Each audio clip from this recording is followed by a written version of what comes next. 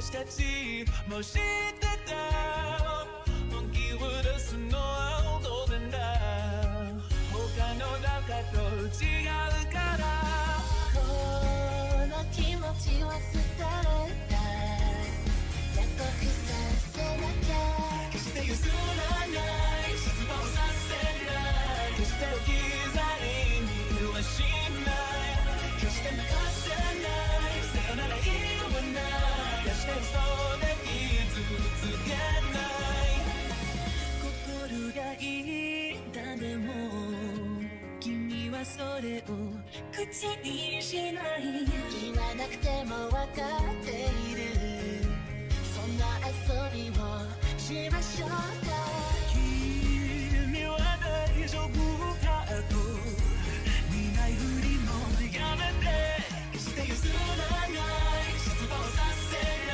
い決して置き去りにはしない決して泣かせないさよなら言わない決して嘘で傷つけない決して譲らない失望させない決して置き去りにはしない決して泣かせないさよなら言わない決して嘘で傷つけない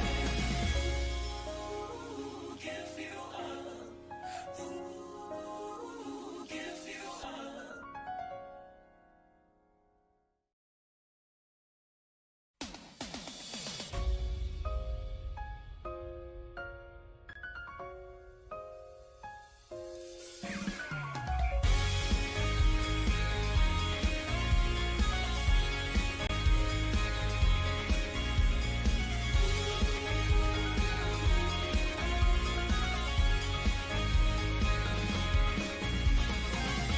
愛のルールは私たちも知ってた本気を出すのは当然だ他の中と違うからこの気持ちを捨てれた約束させなきゃ決して譲らない失望させない決して置き去りにはしない決して泣かせないさよなら言わない決して嘘で傷つけない心が言ったでも君はそれを口にしない言わなくても分かっているそんな遊びをしましょうか君は大丈夫かと見ないふりもやめて決して譲らない失望させない決して置き去りにはしない決して泣かせないさよなら言わない決して嘘で傷つけない決して譲らない失望させない決して置き去りにはしない決して泣かせないさよなら言わない決して嘘で傷つけない Can't feel up Can't feel up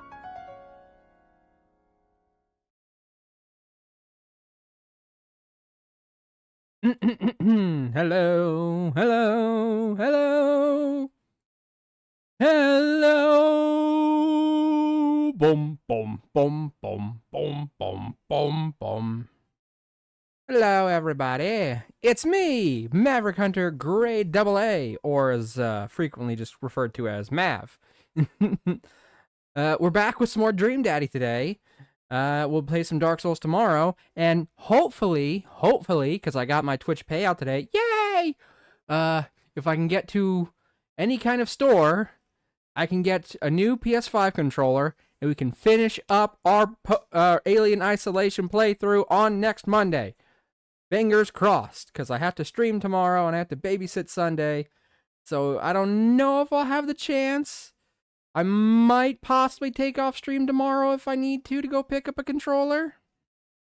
I can't take off Sunday, of course, so.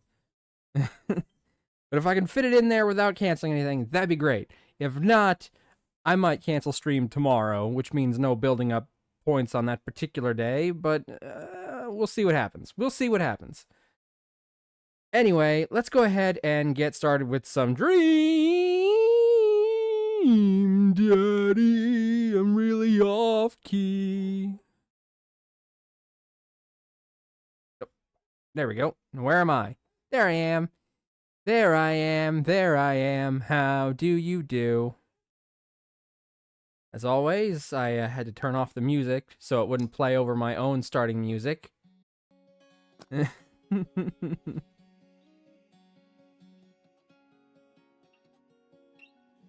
Alright, let me just make a few adjustments on a little thing here. Dream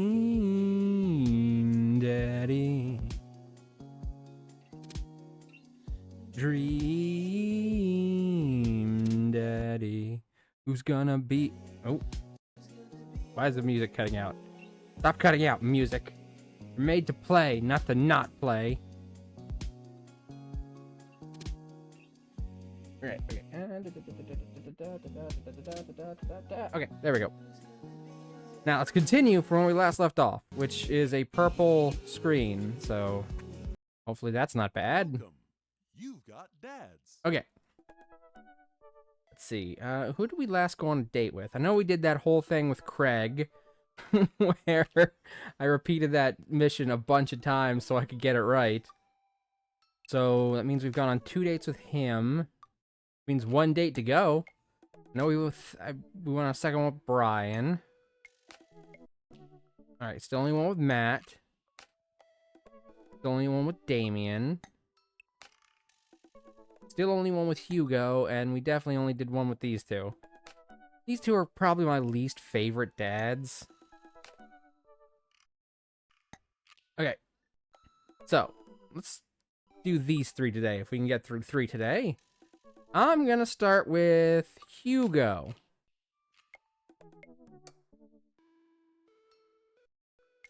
Hold on, let me go ahead and get a sip of water, because game always seems to wear my throat out, if you know what I'm saying. Don't forget to floss every day. Dad tip number 1. Dad tip 15, you always have time for a beer with your buds. A cold beer, cold night, or cold jeans. Strike that last one.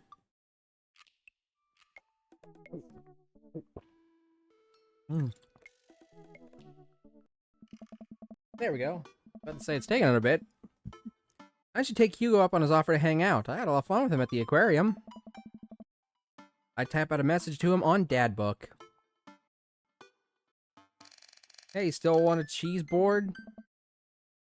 Hugo responds within a few minutes. Holy shit, that's a lot. Colin is still being a humongous shithead. He won't stop sending the same picture of Jackie Chan in a mesh shirt to the printer, and it's a nice picture, but it's wasting all my paper. Whoops, sorry, meant that for another teacher, but seriously, he's in Somerville. There's pictures of Jackie Chan everywhere. I type back. Save a couple for me. My Jackie Chan scrapbook is a little light on content, and I think this would really round it out.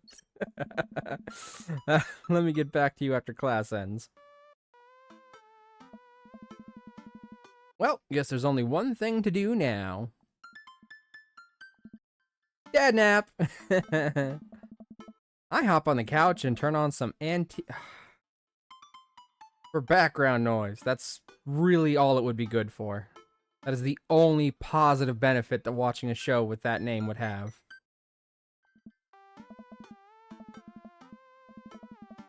I got this ornate cabinet from a yard sale for $5 in 1982.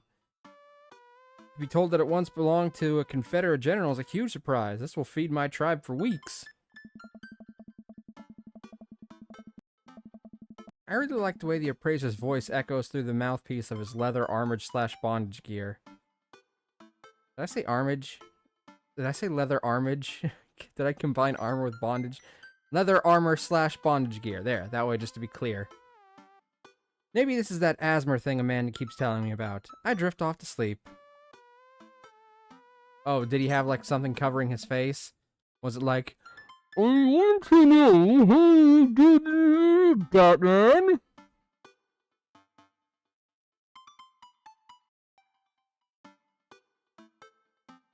Hi, sorry about that. Colin's in the principal's office now.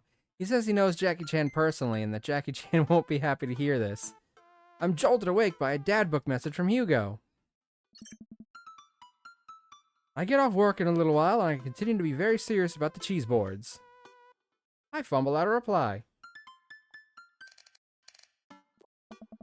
Yeah, so am I. Hugo and I work out the details and I'm all set to meet him in a few hours. Amanda walks in the door just as I'm about to leave. What's up, Buttercup? I say that to my nieces sometimes. Just getting home from school? Where are you going? Oh, I have a meeting with the board. The board? A cheese board is what I meant. I'm getting cheese with your teacher. Will you be able to fend for yourself until dinner time? Yeah, I'll live. But only if you can talk to him about going easy on me for the final. Sorry, buddy. That ball's in your court. What's in my court, you ask? Just a variety of delicious cheeses, meats, and their accompanying crackers. Maybe some olives. A little bit of fig jam. Yes, I get it. You're excited about the cheese. Sweetie, you'll get it one day. But now, I gotta see a man about some manchego.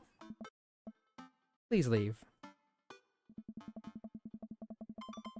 Feels like the music is, like, constantly skipping today.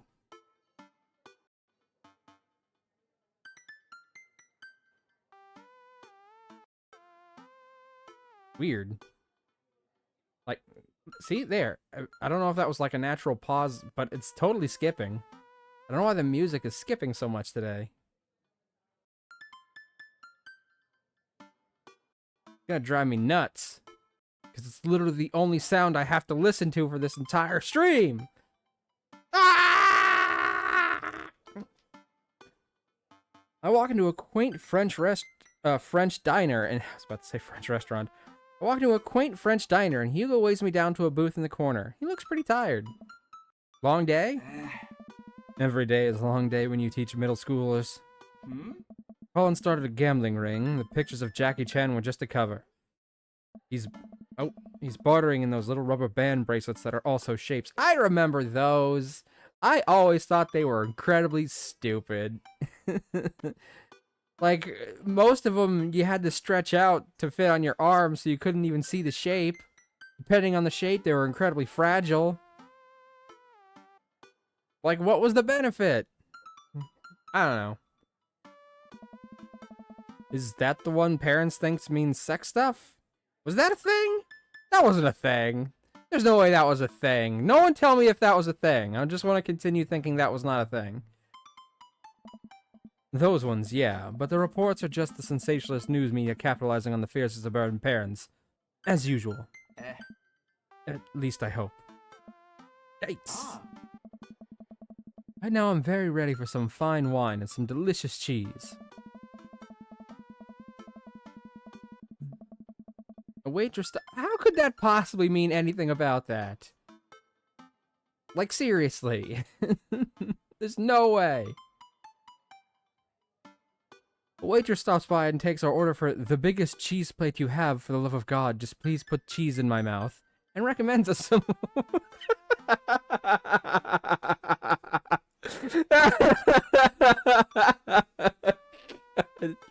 Oh, it took a second, but oh my god. Oh, I've said it before and I will say it again and I'll say it a million times. I fucking love the writing in this game. It's so good. Oh.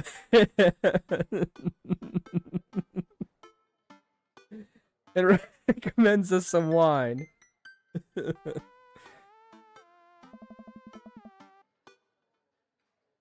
Do you two want a scorecard for trivia? There's trivia? That must be the mini game. Yep. We're starting in a few minutes. Pretty much everyone here is playing. Yes. We'd love to play, right, Jack?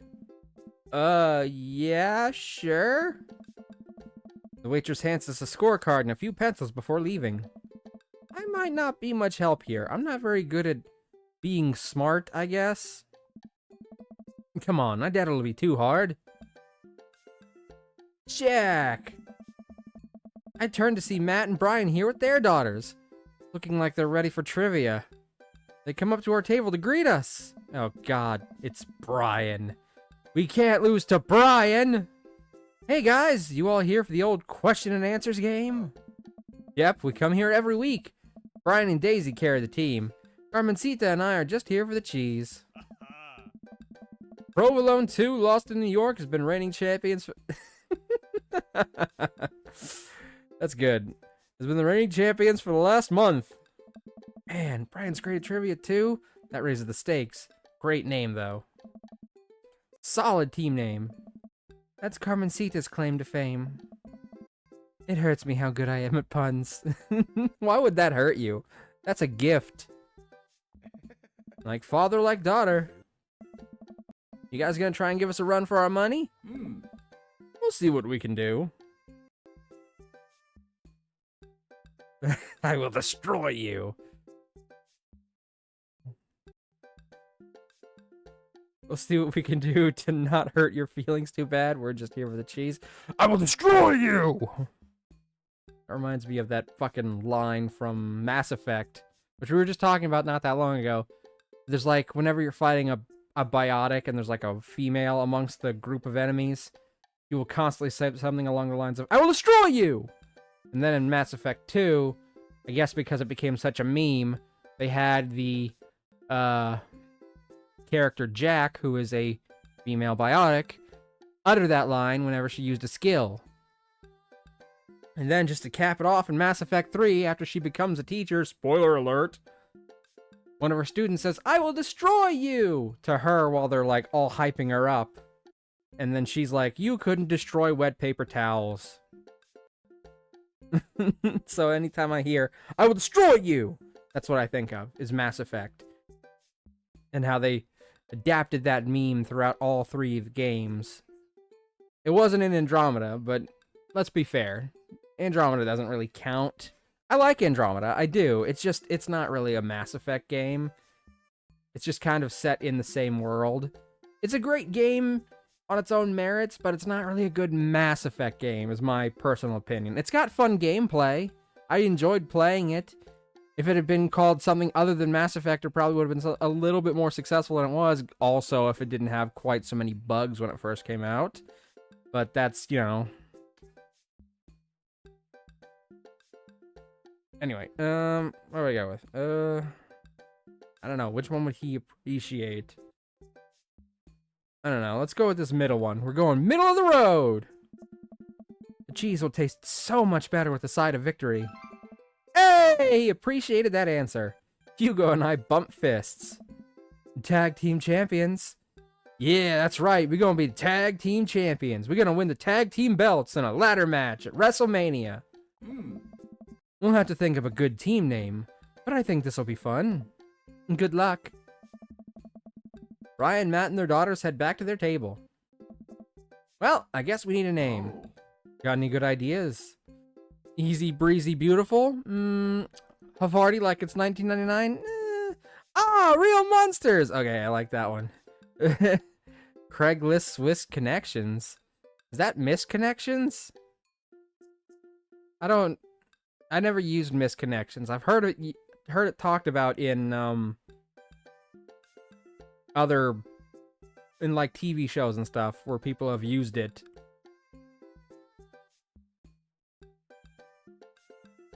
God, I want to pick this one.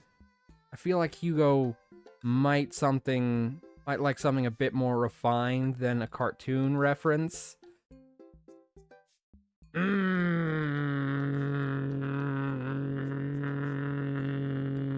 Fuck it.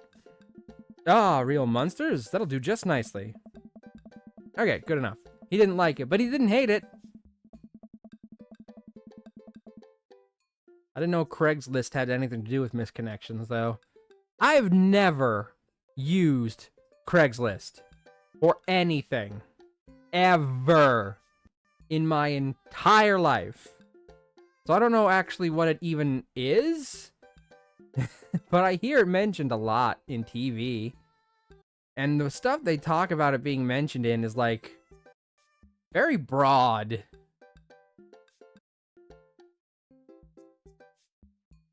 The waitress comes by with our cheese board and we revel in its glory. Already I can see a piece of cheddar with my name on it. I pair it with some strawberry preserves and slide into dairy-induced ecstasy. There's no X to see here. This isn't a pirate treasure hunt. Where's the X? There isn't one. There's no X to see allowed. Sorry, that was dumb. There's such a fine variety of cheese and charcuterie that I'm positively overwhelmed. Why can't I just be whelmed? Why do I have to be overwhelmed? Why can't I just be whelmed? Anyway, a quick dip into the seasoned nuts, a slice of savory yet salty Gouda, or perhaps a focaccia crisp topped with honey and goat cheese. I'm so happy. Hugo raises his glasses at me. Cheers to cheese. Cheers. There's not really a good way to combine those two words. They kind of both pivot on the last sound. Hey, hey! Middle-aged man in a... Oh, is it that guy from the concert? Middle-aged man in a backwards baseball cap, sunglasses, and cargo shorts jogs out of the back with the frenetic energy of a radio DJ. Quizmaster Quinn. Everybody ready for some... trivia? The restaurant cheers. Oh man, looks like everyone's really into this. That's what I like to hear. For those of you who don't know me, I'm Quizmaster Quinn. My actual name's Richard. I just like alliteration. More cheers. I see some of you brought your children here tonight. That's cool. My children won't speak to me.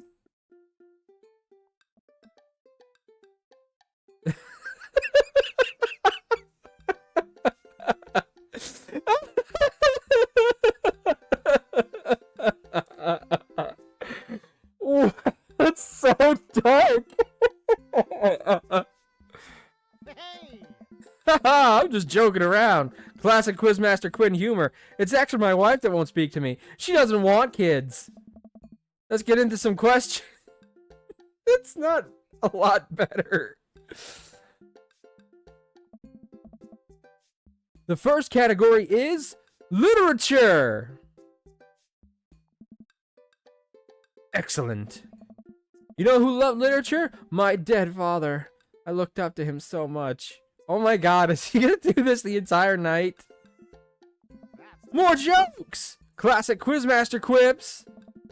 Just try to keep it light. No! No, you're really not. Just try to keep it light here, folks. Just like I thought my wife was the light of my life. Hugo, you got this literature stuff, right? Oh. Does Franz Kafka have an irrational fear of one day waking up as a large, grotesque insect-like creature? I'd say that's a completely rational fear. But just because he wrote a book about that doesn't necessarily mean that he has that fear. And is that the only Kafka reference anyone can make? Yes, this is about to get harder, Daddy. Depending on what kinds of questions they're going to ask. Thank you. Yes? You know, Kafka did more than just that one fucking story, okay? Why is that the thing everyone references Kafka for? This is the continent that encompasses the realms of Gondor, Rohan, Mordor, and... I don't know how to pronounce that last one, but I'm giving it my best shot. Lothlorien. I'm pretty sure that's Middle-earth. I don't know if it's got a different name, but that's Middle-earth. Other notable sites includes Isengard, the Mirkwood, and Rivendell. What is the Elvish name for this continent? Okay, there we go. So yeah, they want the Elvish name, which I don't think I don't think I know the opacity's nuts. Oh, thank you for that quote. You know, I will say, Vash, I think that is the third time you have specifically made a quote along those lines of thought, where you redeemed Harder Daddy, and I say something along the lines of "It's about to get harder, Daddy." I think we've got like 3 versions of that quote now. It is important. Fair enough.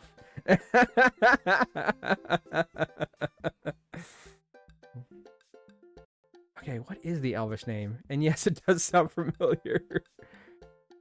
I don't know. I don't know what the Elvish name for this place is. Do I look like some kind of nerd? Worth memorializing. Endor, Hoth. It's not Hoth. Arenal, Lemuria. If I was guessing, I'd say Endor, but that also sounds like a Star Wars thing. And I know Hoth is a Star Wars thing. Gotta be one of these. Arenal or Lemuria. So I don't know. Sky Daddy, give me your gummies. I don't know. Oh, man. Shit. Is anyone here a certified nerd for Tolkien? Minecraft map unhinged. It's really true, because I'm not, like, super focused on anything when I'm doing Minecraft. It's just... there's just no filter, because I've just constantly changing my mind about what I'm doing every 5 seconds. There's not like a goal to work towards, so it's literally just sheer, unabridged, what's the word I'm looking for? Instinct. Endor Tolkien thing, but I don't know the question. What is the Elvish name for the continent of Middle-earth? I thought Endor also sounded like a Star Wars thing, so I wasn't sure.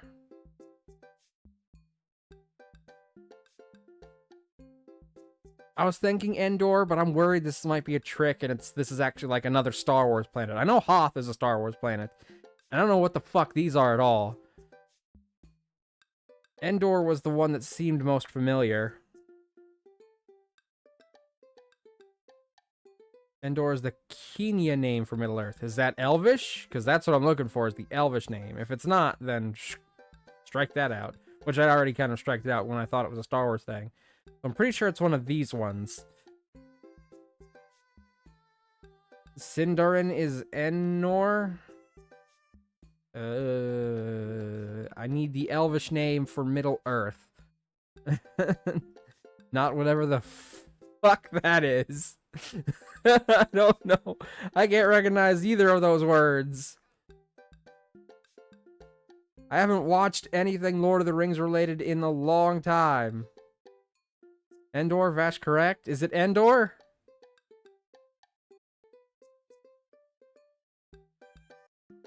Googled? Okay.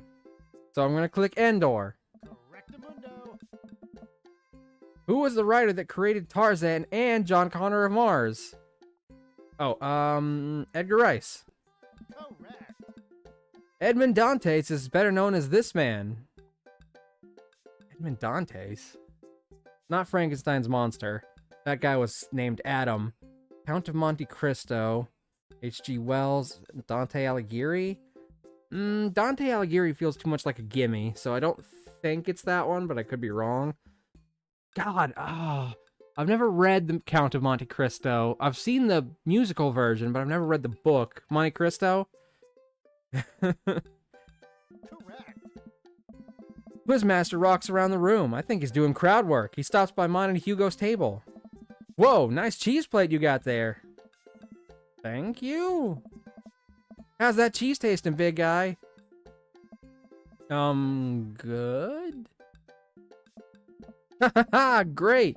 Cheese used to be my favorite food, but I developed lactose intolerance later in life. Hugo is pretty hot, it's true. Got a nice suit. And he pulls off this sort of spicy brown mustard in a way most people wouldn't be able to, you know? Like, if you're gonna wear a suit, normally you go with a black suit because it's the most flattering. Brown suits tend to be man bun nice too, yeah. I'd say if you're gonna have a brown suit, it's like maybe the bronze medal of suits, but he pulls it off really well. I'm sorry to hear that. His figure looks good in a suit. It's true, he does. And he's got glasses, so he looks smart. He's got a mustache and a cute little bow tie, so you know he's nerdy.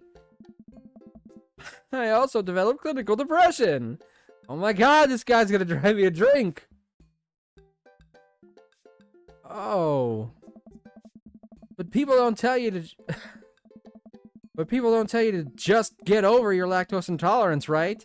Nobody's like, have you tried exercising to get rid of your debilitating dairy allergy? Or, you just need to choose not to let your throat close up when you eat brie. He is smart, though. They took us to the aquarium. We should have gone without the kids, though. That would have been nice. I know, right? What the fuck do I say to this guy? Could you please go away? Anything? Does that scan? I'm trying to workshop my routine over here. Quiz 2 trying to ruin the date. Quizmaster Quinn wanders off to another table. Who wants to start the next round? More cheers from the audience. The next round is cinema. Oh, fuck. Man, I love movies. Sometimes I'll read into them for days on end because obsessing over a fictional universe is easier than engaging with my real emotions and problems. Frodo Baggins, am I right? Come on, dude. We already did literature. Are you okay? Oh no. I think it's just his character. I hope. How's your cinema? Spotty. I don't know a lot about movies. But if there are any questions about bad horror movies, I can be of service. That's an interesting one. It's a bit of a guilty pleasure. I like horror movies too sometimes. I don't watch them very often, but sometimes it's fun to, like, watch stuff about horror movies. I watch Dead Meat like every week. In Return of the Jedi, what does Luke ask Leia if she remembers?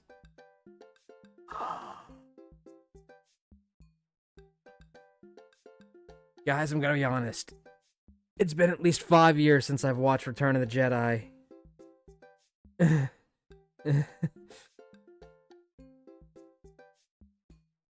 Okay, their father, their promise, the Jedi Order, or their mother.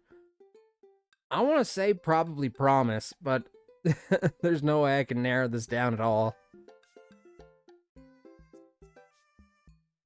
Okay, so Return of the Jedi is the third one, right? Mother? Googled? Correct. Okay, very good. One entertainer makes a fourth wall breaking appearance in the film Gremlins 2. Oh, I already know this one. Hulk Hogan. The fucking shittiest wrestler to ever live. Which of these 80s horror movies dies... Wait, what? Which of these horror 80 movies does not feature an Indian burial ground as part of its setting? Did he mean does not, or was he trying to do a pun because it's a horror movie? I'm not a Star Wars person. I like Star Wars, but I'm not like a fanatic about Star Wars. I don't watch the original trilogy like every year. It's a long... They're long movies, okay? It's not like Lord of the Rings long, but they're long movies.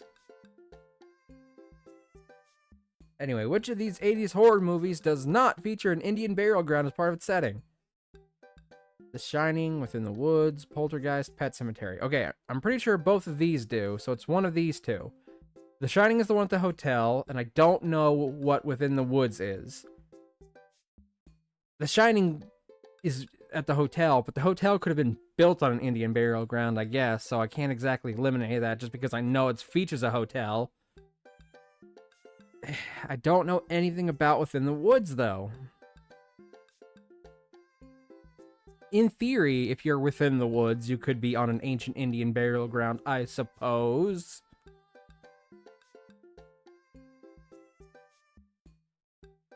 It's just a question of whether or not the hotel in The Shining was built on an Indian burial ground. Okay, 50-50 shot here.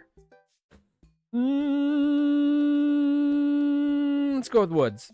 No. No! He said no, which means we got it wrong. It was The Shining. Seems like we're doing pretty well, but we're neck and neck with Brian and Matt's team. Those guys are pros. Shining Burial Grounds? Oh, then it was one of the ones I'd already eliminated. Maybe Pet Cemetery? Because Poltergeist absolutely featured an Indian burial ground, so it had to have been Pet Cemetery.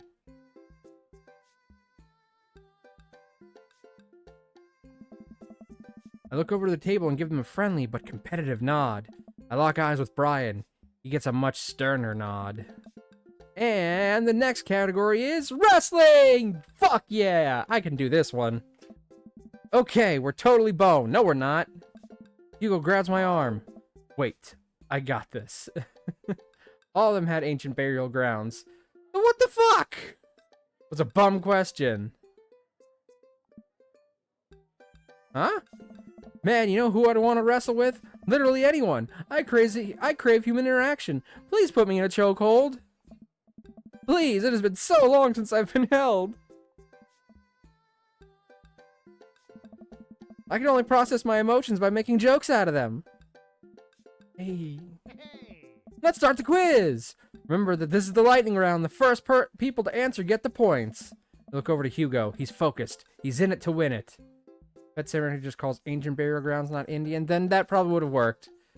Because it specifically said Indian burial ground, and if it only says ancient, then it might not have been Indian. It might have been even older than Indian.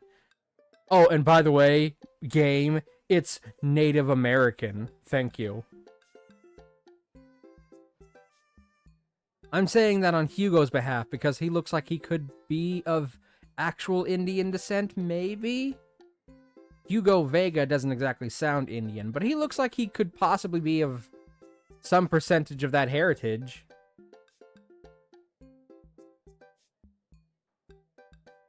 Then again, he could also be a lot of other things. Question 1. This was the original name of Stone Cold Steve Austin in his debut for the WWE. I know this one. Hugo's hand shoots up. Yes, the enthusiastic one over there. Steve Austin debuted as the Ringmaster. That's correct. Oh. That is correct. Points to Real Monsters. Oh. Next question. This city was the location of the first ever WrestleMania. Oh. Hugo's hand shoots up again. Yes, the one who looks like he has known the answer for his entire life? The first WrestleMania was held in New York at Madison Square Garden in 1985. That is also correct. Correct. Another correct answer for Real Monsters. So, you know, what's funny is that WrestleMania was just like last week. not even entirely last week, earlier this week, really, because it was a 2 nights thing. It was Saturday and Sunday. So WrestleMania literally just happened this last weekend. Hugo's destroying these questions. He's so passionate about this. I've never seen him act like this before. It's honestly kind of hot. Ooh, a tough one. This title match went down in history as the shortest match of WrestleMania to date. The date for this game, though. Let me see. When did this game come out?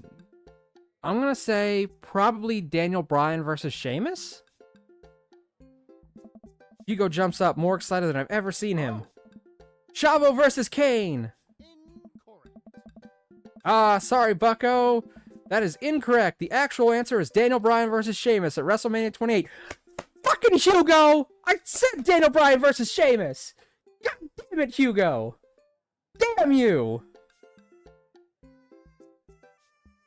He didn't even call on you to answer! I said it! I said Daniel Bryan versus Sheamus! And then you had to jump up with Chavo versus Kane? Chavo versus Kane? What the fuck, Hugo? Anyway.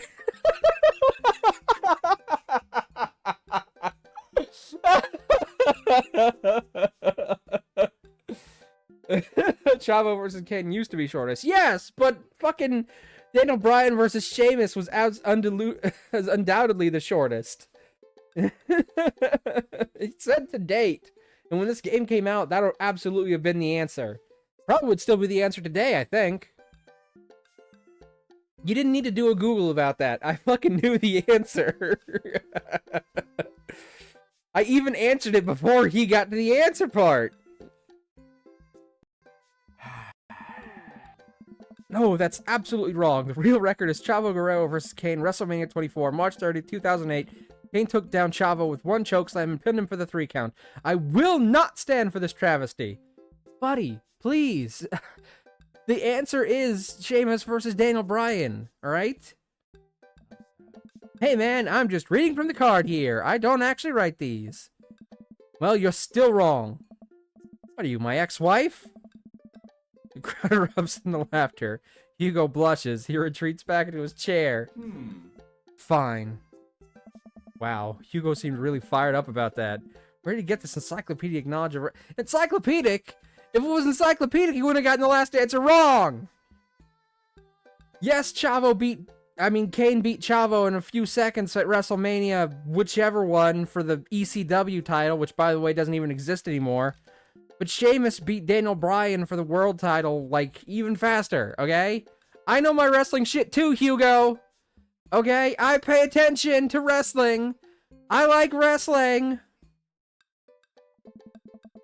How do you know so much about wrestling? Oh, you just pick stuff up. That sounds suspect, but it seems like he doesn't want to talk about it.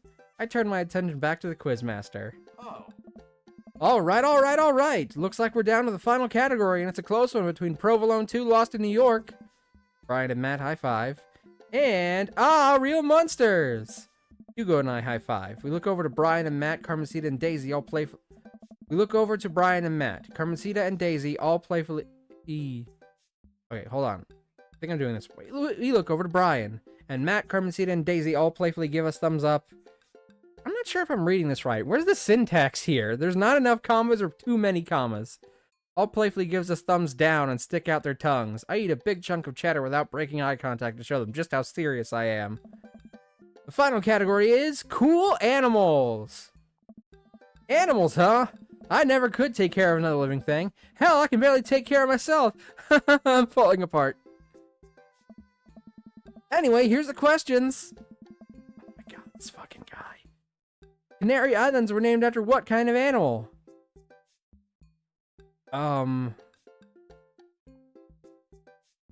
You're kidding me, right? Is this a trick question? What kind of animal were the Canary Islands named after? This feels too easy. This feels like a trap. I'm just gonna go ahead and click birds. Wrong. Wrong, apparently. I knew that was too fucking easy. What the fuck? What the hell are the Canary Islands named after then? Now I look like an idiot. I knew it was too easy of a question. Is there some kind of a dog named a canary? What is the last animal that appears in the dictionary?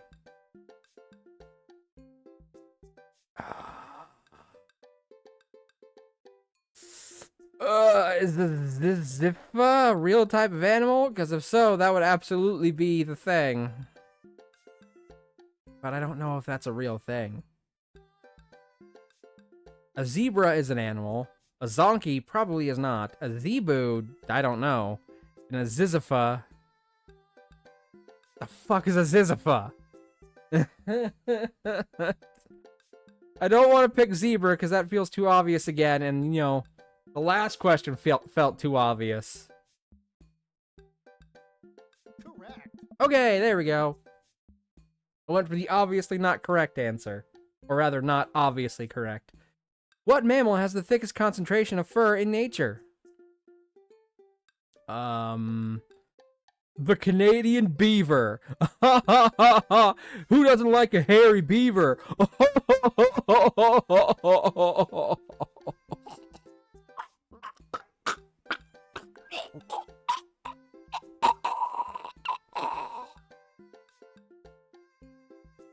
Sorry, I just almost choked to death on how stupid that joke was.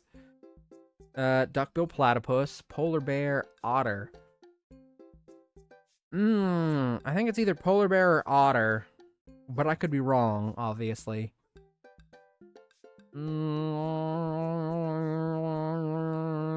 There's they're both animals that have to frequently get wet. Then again, I guess so are beavers and a platypus. A polar bear also needs to keep warm from the cold, though. Shit. Oh, I don't like this.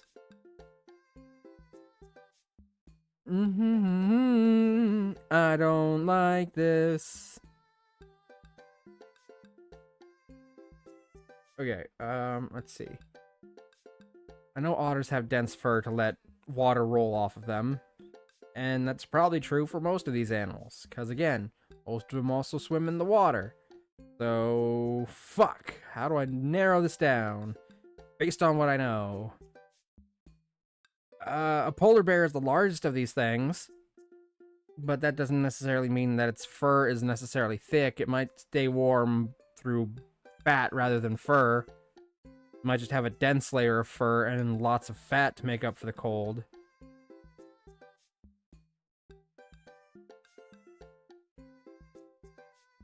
Oh, shit. No. I'm torn between these two. Okay, I'm gonna say a polar bear might have more fat than fur, so let's just say otter. Correctamundo. Oh my god!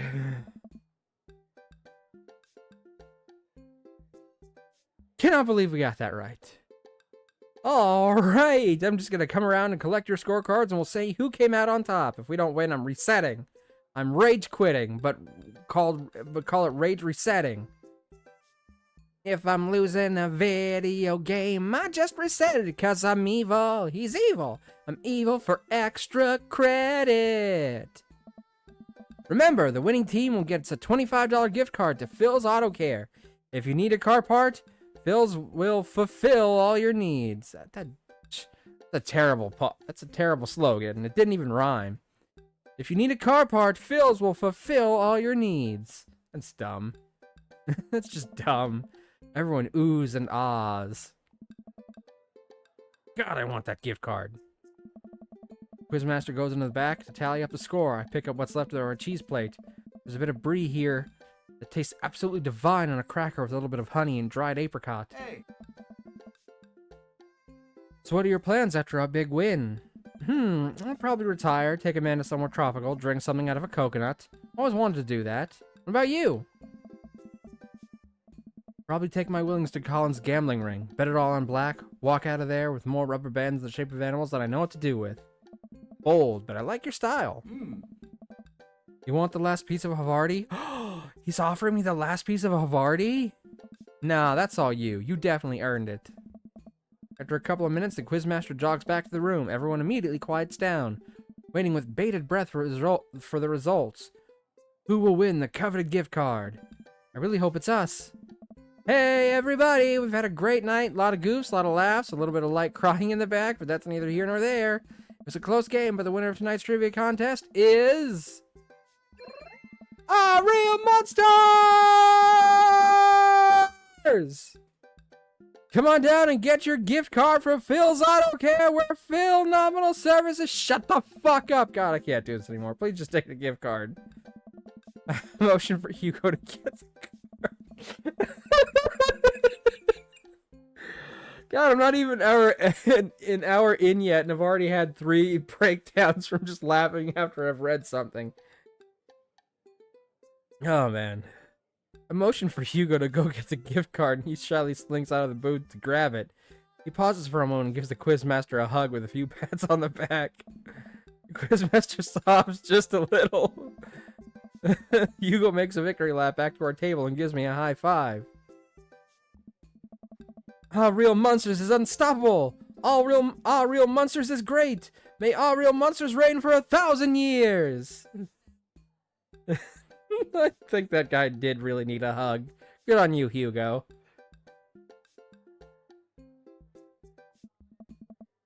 Hey, great work, guys. You guys did awesome! Will we be seeing All Real Monsters again next week? I look over at Hugo, who smiles. Maybe so. We make a pretty good team, huh, Hugo? Hey. Hugo blushes. Aww. Aw, he's still blushing. Look at him. Hugo and I walk back toward our cul-de-sac, basking in the glow of our win and nursing our cheese-filled bellies. Man, we crushed it in there. Ah. Finally, enduring the screams of young children for years on end has paid off. I will take my half of this gift card and use it to purchase many, many air fresheners for my car, which Ernest refuses to stop vaping in. I think I'll use my half to buy at least 2 tire pressure gauges to place in different parts of my garage. You never know when you're going to need one, and I prefer to have them within arm's reach. A fine plan. Dream about that one wrestling question, though. I'm not kidding. I plan to write a strongly worded letter to whoever employed that man. Come on, there's got to be a story there. What do you mean? You didn't even stop to think. You pulled that wrestling knowledge out like you were there at the ring yourself. Oh, it's just stuff I know. Do we ask again or do we drop it? Asking again may annoy him, but we might also get some juicy info. We'll drop it for now. Alright. But hey, good trivia night. Let's get the band back together soon. Certainly. Hugo and I say our goodbyes and I make my way back home. It only takes me a minute to walk back home. Amanda's sitting on the couch reading a book about female photographers. Wow, I thought you didn't like reading. I don't. This book is all pictures. Even then, my patience is being tried. Did you get to eat all the cheese your little heart desired? I am a happy little cheese monster. Put that on my fucking tombstone. But I made sure to leave room for dinner. Who wants breakfast for dinner? Yes. Hash browns!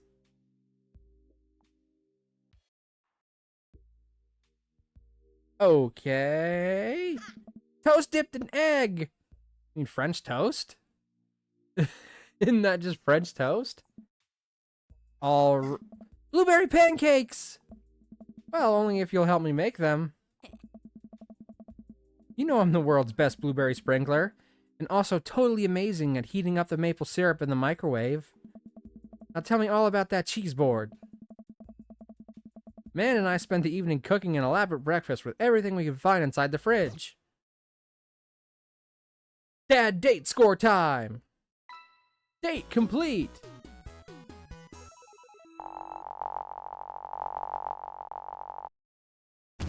I'd like to turn another page in this book. B? Do I look like Kitty Bugs? That's not the best grade I could get. I'm so disappointed in myself.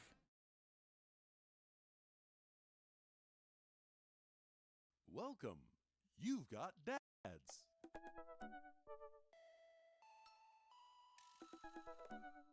Alright. Matt or Damien next? Matt or Damien? Let's go Matt. We just saw Matt, so we'll do Matt. We'll do Matt. We will if I get my way.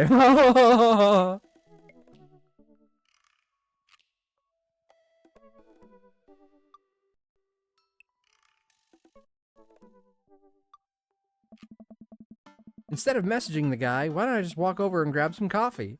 I'm feeling really sluggish today anyway. Amanda! Amanda sticks her head out of her room. Father! Wanna go to the coffee shop? Coffee spoon? Oh, so you get called cool once, and now you're the cool dad who hangs out at coffee shops and listens to neo jazz and stuff? Amanda, are you gonna bring your laptop and your leather-bound journal so you can work on your poetry anthology? Look, honey, do you want me to buy you coffee or not? Let me grab my laptop and my leather-bound journal. Man and I make the short walk over to the coffee spoon. The place is quiet today, just a few people hanging out and reading books in the cozy little nooks. Books in the nooks, books in the nooks, books in the nooks. Vash, it sounds like your kind of place, maybe, if there were less people. But, you know, there's books and nooks. And it's quiet. There's only a few people, but if there were less, imagine how great that would be. I walk up to the counter and see a familiar pierced face. Hey, you were the dude I yelled at a bunch the other night. Amanda casts a sideways glance at me. He tried to sell me shirts. And who might you be, miss? This is my daughter, Amanda, a person I am a father to and am very protective of. An honor to make your acquaintance. My name is Pablo. Did I mention that I make witch house music? I wouldn't call witch house music. I wouldn't call witch house music, but okay. A piercing blow to my ego, though not one that would dissuade my need to impress you. My innate dad sense is tingling. I am overwhelmed with a fatherly protective energy. I must do something to protect my child. Very appropriate lines were taken. That's a good one. Change the subject. Defend witch house. Not sure. I feel like this would be funny, but also possibly inappropriate. I don't even know what witch house is as a genre. Unless I know what it is, I just never knew it had its own name. So why don't we stick with a safe topic and change the subject? Anyways, Paulo, I didn't know you worked here. Yeah, man, today's my first day. Matt's still training me. Jack! It's me! It's Jack! And there's Matt. We're gonna jack Matt. Wait, what? Matt comes out from washing dishes in the back room to meet Amanda and I. He and I high five, as fellow cool people do. I see you've met my newest employee. At your service, although I'm only here until Vacant Vale starts their world tour. When's that? Well, we have to put out a record first. Alright, Pablo. Now what do we do with customers again? Right, yes. Pablo clears his throat. Hello, good folk of Maple Bay. Can I interest you in a tasty caffeinated beverage? Green-haired hottie. A smashing pumpkin spice latte, please. A classic, and you? Americano football, decaf for cutie, Father John Misto?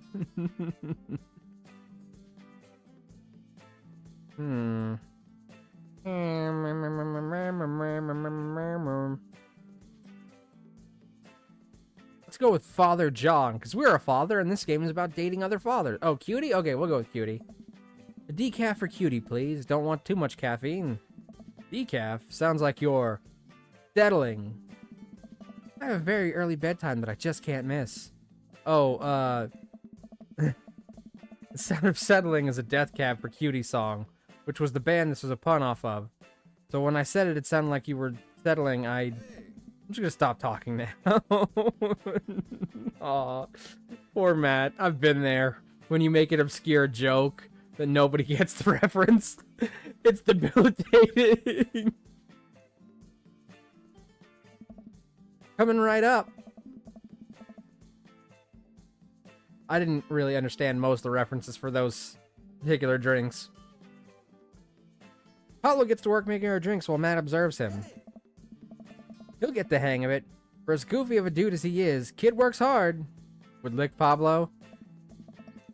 Hey man, that concert was a lot of fun. We should hang out again. Well, I can't date Pablo because he's not a daddy. It's called Dream Daddy, not Dream weird 20-something-year-old baristas. I'm sorry. I'm sorry. Hey. Hell yes. Hey.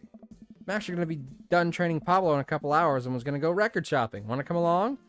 Absolutely. Pablo brings us our drinks and Amanda buries herself in her laptop. I spend my time sipping my drink and cracking jokes with Matt. You'd call him Daddy?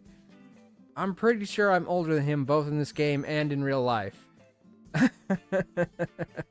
And I'm not calling anyone younger than me Daddy.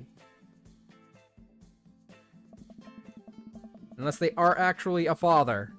And I'm using it non-sensually as referring to them as somebody else's daddy.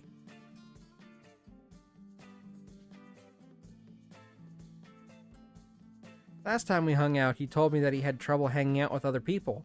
But for some reason... Oh, hold on. Oh, I felt the yawn coming on. Ah, excuse me, goodness gracious. But for some reason, he and I can talk and joke like old buds. It's weird, I feel really comfortable around him. Once Matt feels comfortable leaving Paulo on his own, I say goodbye to Amanda and we start walking to... Did I just leave my daughter at a fucking coffee shop by herself? And we start walking to the record store. Have you ever been here before? No! I mean, we have a record player sitting in the living room, but all I have are 2 copies of Phantom Comes Alive. How would you need 2? Oh, this should be fun then. We're gonna find you some good stuff. The walls of the store are packed with posters, artwork, stickers, and records. Records? In a record store? No! A few people mill around, flipping through crates of albums. Some indie band is playing through the speakers. It's a nice vibe. So, why do people still buy records? Isn't it kind of outdated at this point? Oh my god, Jack, you sound like such a plebeian. A plebeian. Like, I don't even buy records, but I get it. It's the sound quality. You just really can't beat it. Oh. There's a lot of people who try and tell you that vinyl sounds warmer or more true to the artist's intents. But really, I think it's just nice to collect records. Yeah, sounds great. It's cool that in this day and age we have just about every song ever created available instantaneously on our phones.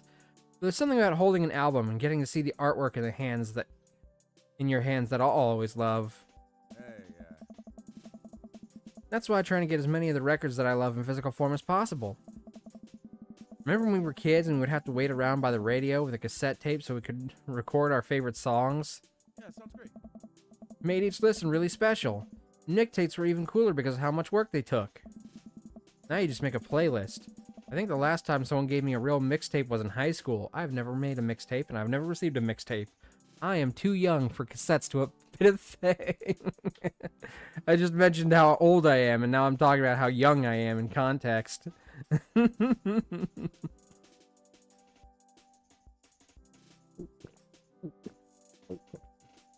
Sorry. I just took a drink. I want to make sure I keep my throat nice and lubricated so it doesn't dry out while I'm trying to read all these sentences today. We're only an hour in. We got 3 more to go. Hey.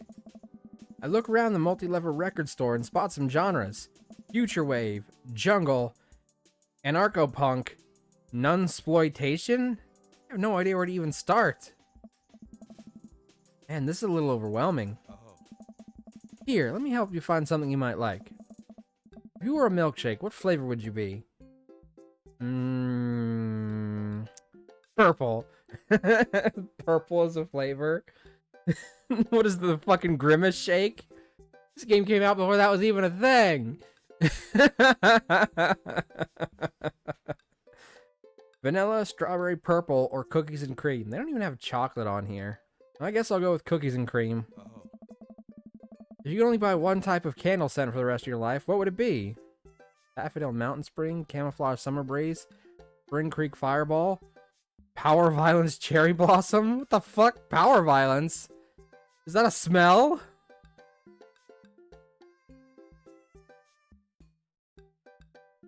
Oh. Alright. What's your favorite ambient sound? Rain, bowling alley, Star Trek bridge ambiance, howls of the bone chorus. I'm gonna pick rain. What's your dream vacation spot? My backyard. Inside an active volcano. Living off the fat of the land in Ibiza. Starting a new life in the Baltics. I don't like any of these options. Can I pick none of them? Can we just like sit here and eventually he'll give up and ask me a different question? I don't like any of the answers to this question. I don't want to go inside an active volcano. I don't want to live off the fat of the land. I don't want to go to the Baltics. And I don't even have a backyard.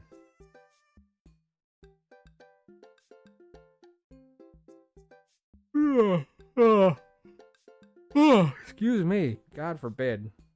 I really need to get my sleep schedule fixed.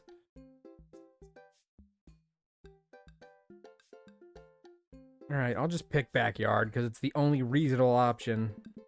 What's your deepest, darkest fear? The ocean. How are the people are nice to me only because they want something from me? Well, I wasn't worried about that until now! I fear that I don't deserve happiness and won't ever get it. What if nobody exists but me and I fabricated this universe? I never even thought about that! Saying you too when the waiter tells you to enjoy your food. Oh, I mean, that one's not as depressing as the other ones. I'm sad now.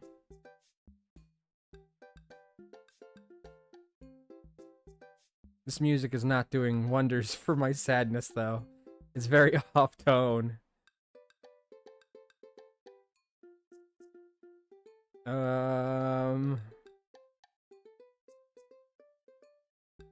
Whatever. I don't like any of those options either.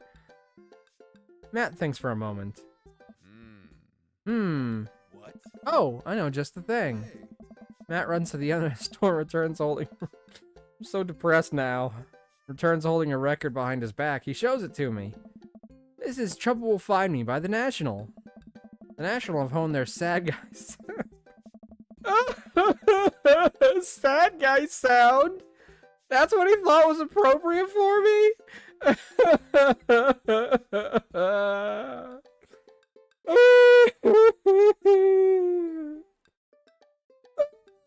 Crying emote. The National have honed their sad guy sound on album after album. By this point, they're old pros about feeling blue. Music is so amazing that it'll actually cheer you up. Whoa, dude, thanks for the recommendation. Is that what's playing right now? Hey. We're gonna have a great time with it, promise. I've heard this music before, so it can't be them. They just switched the music. Matt and I bring our records to the cash register. A young girl with a septum ring and a buzz cut stands behind the counter with one earbud in. Usual stuff today, Matt? Yeah, sounds great. Just some light pickups. Some pickup trucks? Those aren't light. Never mind. Just trying to cheer myself up.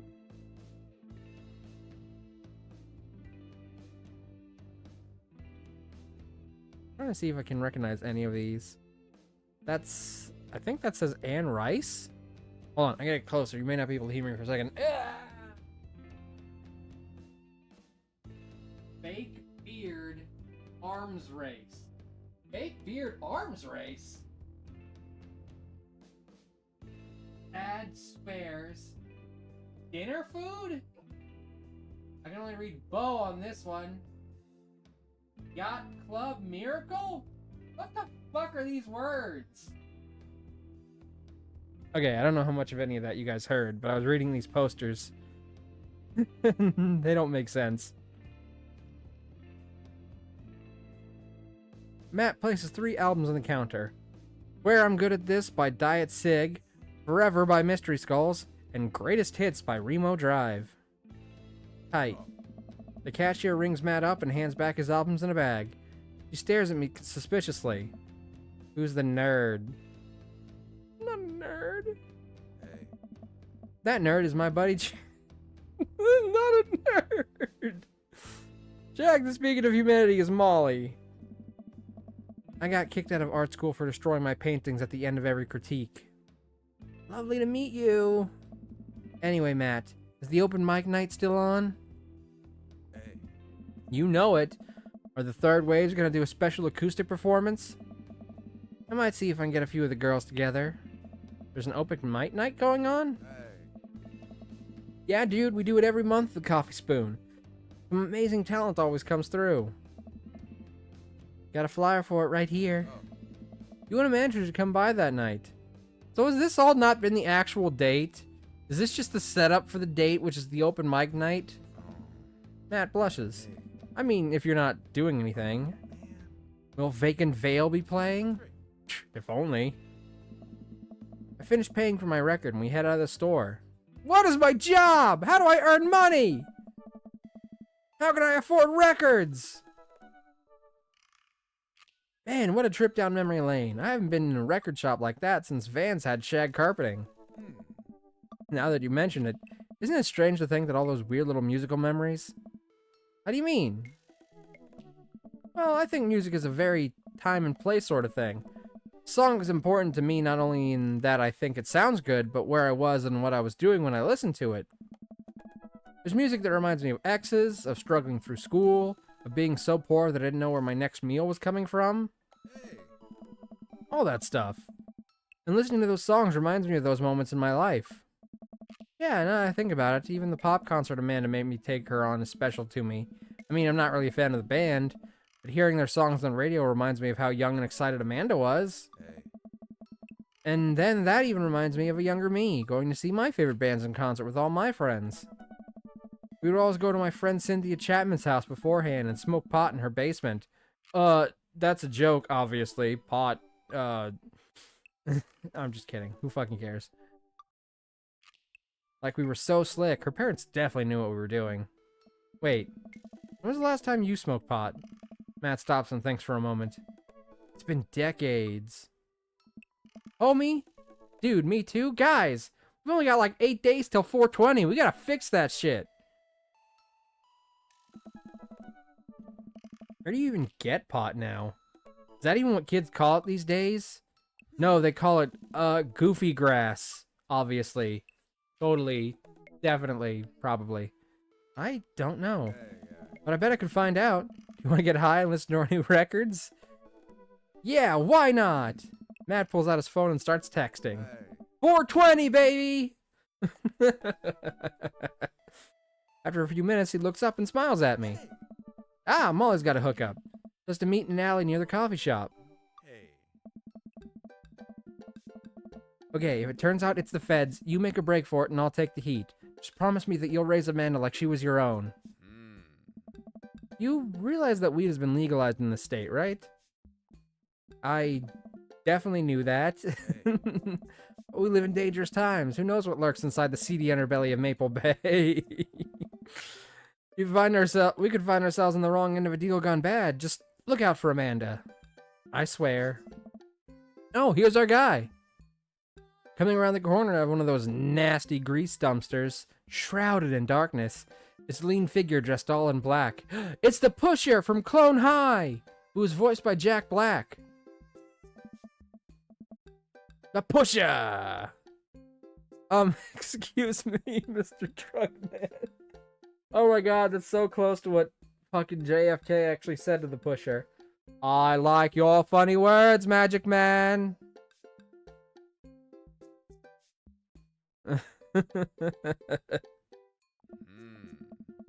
Oh my god, no. Is that Lucian? Is that Damien's son? Oh shit, homie, this is not good at all. This is not good at all. Surprised, the person almost jumps out of their skin. It's Lucian, Damien's son. Who sent you? Huh? We're cool, man, we're cool. Says who? For all I know, you could be with the feds. Actually, weed is prove you're cool. What? I need to know that you're down or I bolt. Show him you're not wearing a wire. Impress him with your extensive knowledge of current drug lingo. I have a feeling that would go very poorly. Cite mutually assured destruction? That feels like that could work, but... God, I really want to see what this is. Oh yeah, you know I'm cool. Every day I'm, ripping that stinky grass.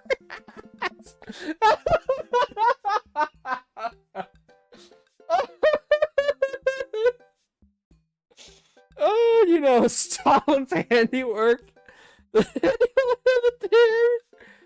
520. Oh my god. Oh my god. Oh, what a fucking disaster. Wow. God, I wish Kitty could see that. Oh. Oh, man.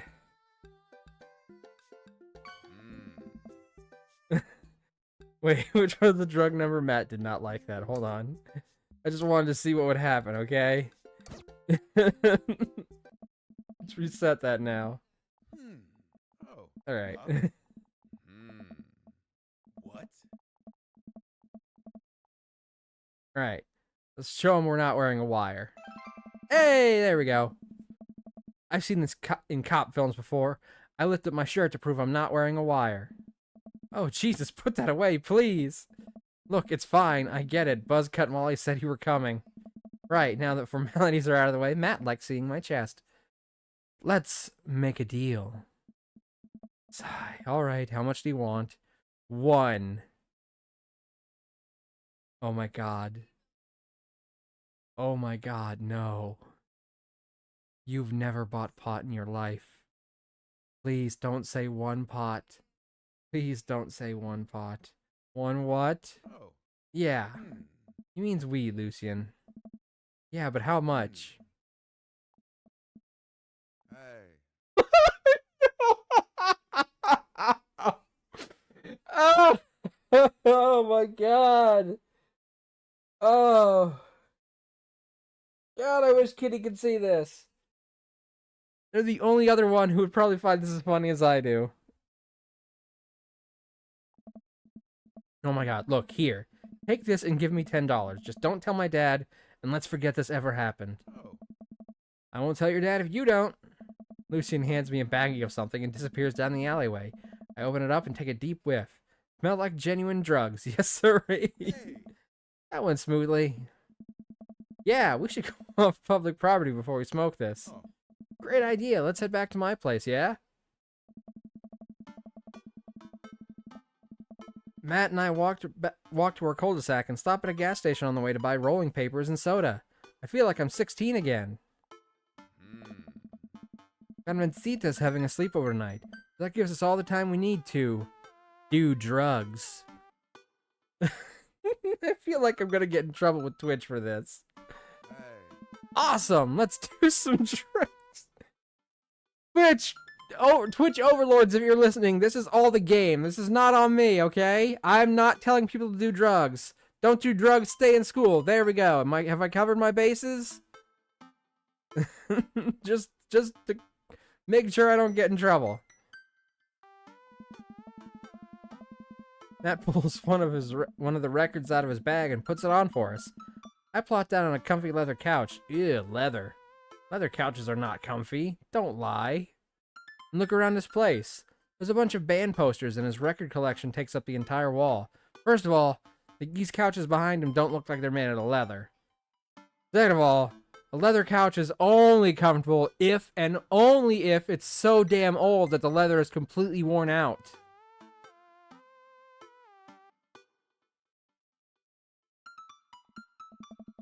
Whoa, what a collection! Got one of those L-shaped couches. Who sits in the corner, huh? Who sits in the corner? Hey. Nobody! Nobody ever sits in the corner. That's why L-shaped couches are stupid. Just get 2 couches and put them in an almost L shape with a table where the middle part would be. Just put a table here. It's better! Been collecting my whole life. It was nice to finally get them all in one place after being on the roads for so much of my life. Had to ask my parents to hold on to them for me. Matt sits down next to me and we lay the marijuana drugs. I can't with this, man.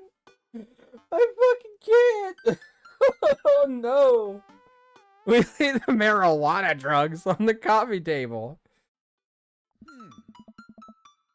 Do you want to do the honors? Please, it's your house. You say so. Wait, what? Matt pulls out some rolling papers and sprinkles some of the beatnik tobacco. Oh my god, oh my god. Oh my god. Oh my god.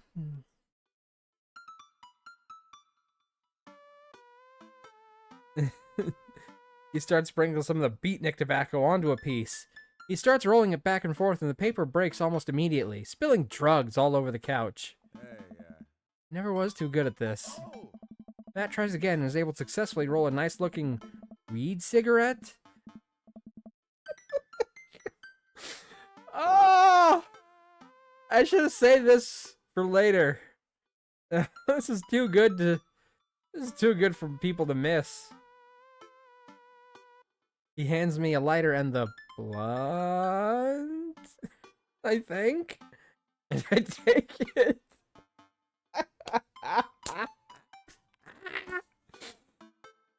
Oh, holy shit. Well, let's open up the nook. Smoke some of that gateway drug. Rip that golf fairway.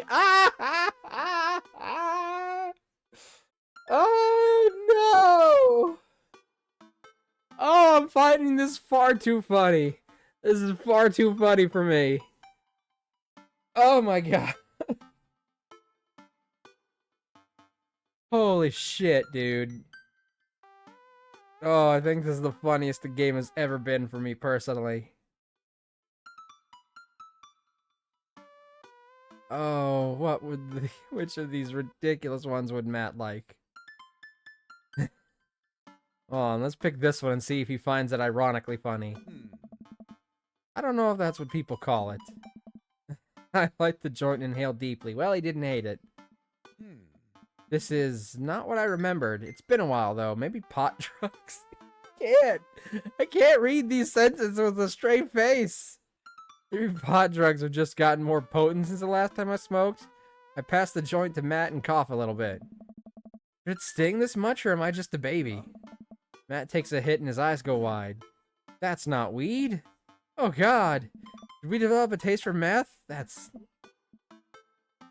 isn't... No, it's... Matt takes another hit and winces. Yeah, this is a... Oh, no! Rego, no!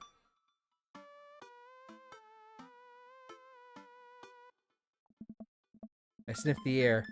Yeah, that definitely explains why it smells like a pizza place in here. That little punk ripped us off. Oh well, we can still relax. Dicks!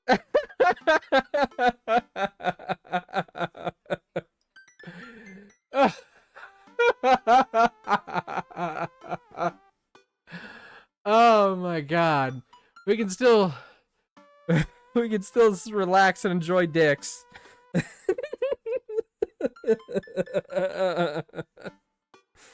We can enjoy the music sober.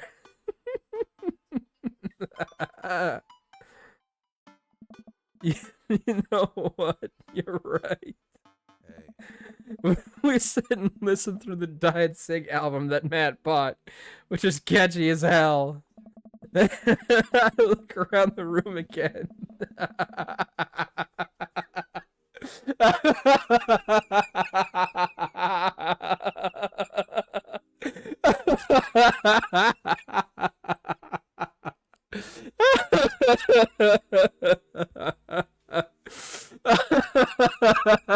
I need a minute.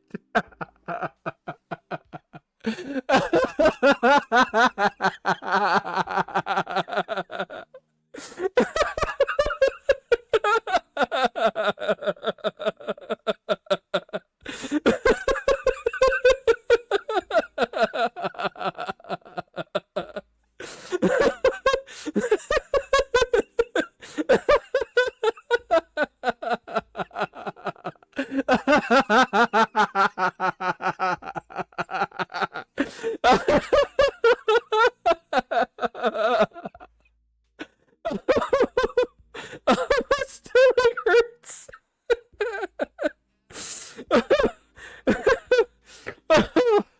Oh god, I'm crying. I'm crying and my stomach hurts. Oh, oh my god. Oh, give me a second. I need to cool down after that. Oh my god. Woo! Woo! Oh. Oh yeah, I'll hydrate. Thank you, Ash. I'm losing it. Love it. Cheers. Oh god. Oh god. Oh. Oh, my stomach. Oh man, that was something special. Oh, I was so charged by this by this game's writing.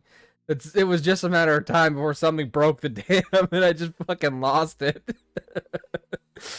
Oh, thank you for that, Vash. Oh, okay. Woo! Okay. Woo! Woo! Woo! Woo! Look around the room again. I see photos of Carmencita growing up. Was perfect? Oh, it was absolutely perfect. I spot a young woman with a huge smile on one of the pictures with the two. Probably Carmencita's mom. Who's that? Oh, that's Rosa. I don't know She what she was Carmencita's mother. She died when Carmencita was young. I'm sorry to hear that. Amanda lost Alex at a young age too. I can understand how hard that must have been. I look around again, spotting a framed gig poster hanging on the wall. On it, there's an illustration of Matt and Rosa surrounded by flowers. Cursive lettering reads, "Stillness the Dancing." Looks like they played the Soundgarden over a decade ago. Were you two in a band together? Hey. Yeah, that was the reason I was touring so much when I was younger. Travel the whole country in this rinky-dink little van. It was hard to start, but once we started gaining notoriety and seeing how much our songs meant to kids, it was just incredible. Wow, that seems like a life some people could only dream of. Hey. It was, and it was difficult at the same time. I couldn't have done it without someone by my side. Is that why you stopped after she died? Rose and I knew we couldn't do it forever. Long hours on the road, missing your family, sleeping in the van, all that stuff. Hey. So once she became pregnant with Carmencita, we put down roots in our favorite town to play in. Right here. Since she was a kid, Rosa had always dreamed of... Rosa always had a dream to own a quiet little coffee shop. She died before it opened. I'm so sorry. Oh. Don't be. I'm not really sure what to say. Couldn't possibly count the number of times I told people the same thing after Alex died. Hey, yeah. Matt gets up to flip the record. Next to the turntable, I noticed a dusty piano. Do you play? I'm out of practice. I used to jam on the keys back in the day. Oh yeah? I fronted the hottest 7-piece ska band that Eagle Rock Bay High School had to offer. Hey. No way, you had a ska phase? Phase? Ska never dies. Hey. Except for Ska Communist Manifesto, who broke up after the senior talent show to pursue solo careers. Hey. Dude, that's so rad. Matt pulls out the piano bench. Hey. Give me some of that two-tone love. Oh man, let's see if I still got it. Hey. I sit down at the piano. Stick with your ska roots. Go with the classic. Anyway, here's Wonderwall. Enough Wonderwall. Let's do ska. Hey, I think I'm doing it. I'm playing ska. Wait, that was just smoke on the water. Matt, I've forgotten how to play. The Deep Purple is always appreciated nonetheless. Alright, buddy, can you top that? I shouldn't. Ah, come on.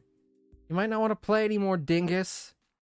He may not have played since his wife... He didn't establish if they were married. Since his partner died. Oh, man. No, It's been a long time. I'll drop it. Okay, buddy. Sorry to put pressure on you. I mean, it's not a problem. It was good to watch you get back in touch with the music that flows through you. I don't want to push people. I don't like being pushy. I don't know if I might miss something if I just keep dropping it, but I don't like being the kind of person who pushes someone when they're not comfortable. And he was clearly not comfortable. I learned to play that song when I was 15. Hey. Matt and I sit and listen to more records until it gets late, and I decide that I need to go to bed. Matt walks me to the door. Hey. Let's never tell anyone about the oregano, okay? Deal. Wait, can I tell my doctor? I don't know anything about the health effects of smoking oregano, and Hey, yeah. I think we'll be fine. Night, dude.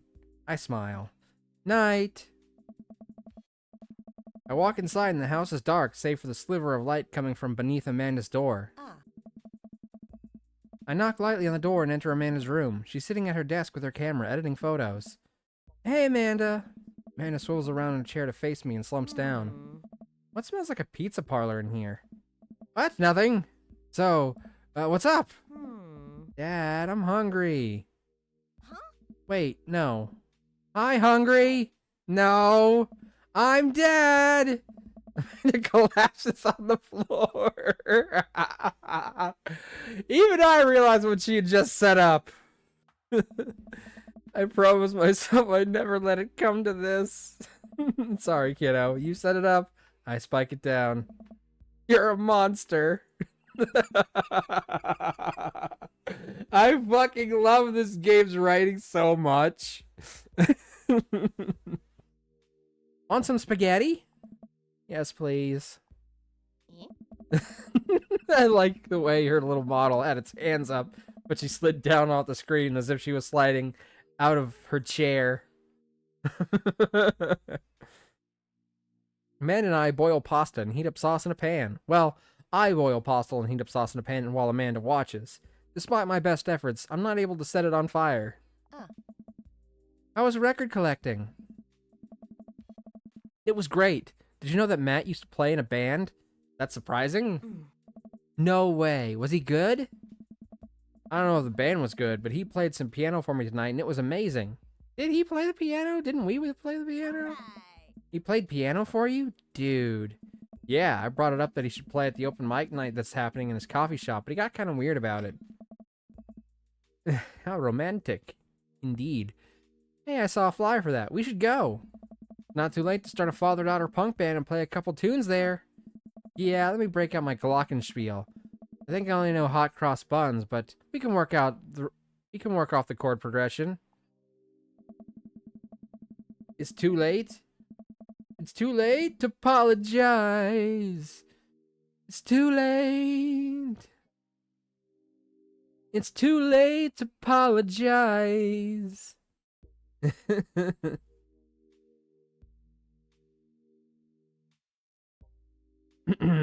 Anyway, don't do the father-daughter band last minute. Oh, I think we're gonna. Man and I have a nice dinner before she gets back to her room to do photography stuff. I end up watching True Life. I'm a House Hunter. Oh my, shows. I love the writing in this game, but I hate the shows. I hate the names of the shows. They offend me on a personal level.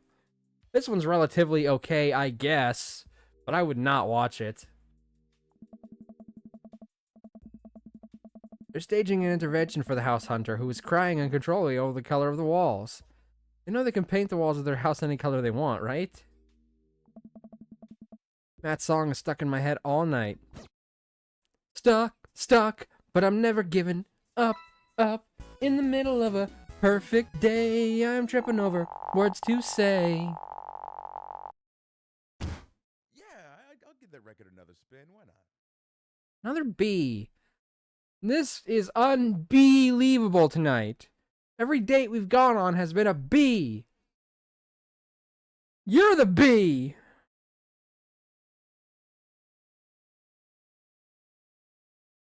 Welcome. You've got dads. Nothing's popped up. Usually we get like little things to like split the sessions between dates, but I guess we're not getting them tonight. So once we go out with Damien, that'll be 2 dates for everyone except Robert and Joseph. And I don't know if we're gonna get through the rest of the night without having to go on a date with at least one of them, man. Excuse me. Because we're not even like halfway through stream yet. Man, we are just killing it tonight. We might only have to settle for 3 hours. Because I don't know how much gameplay is left, and I don't want this to be the last. Like if the next one's gonna be like the last one, because if we have to finally pick a final date to go on, and we're only allowed to pick one, I don't want it to be like fucking 5 minutes. Right, we're gonna save. Robert gives serial killer or homeless or both. Yeah, he's got serious vibes going on, but Joseph is married, so he gives off cheater vibes. Also, he's like a church pastor, so I don't know. It's almost I feel like that's a little worse than serial killer.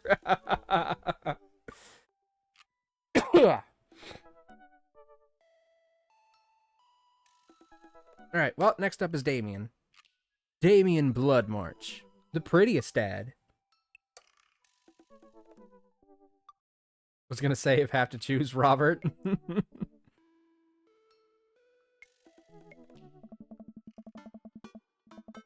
Had a lot of fun hanging out with Damien the other day. Wonder what he's up to. I open up Dad book and start writing him a message when Amanda walks in the door. Dad, you got a letter. Damien Tran's dad. It's true, he is. I just got a letter. I just got a letter. I just got a letter. Wonder who it's from.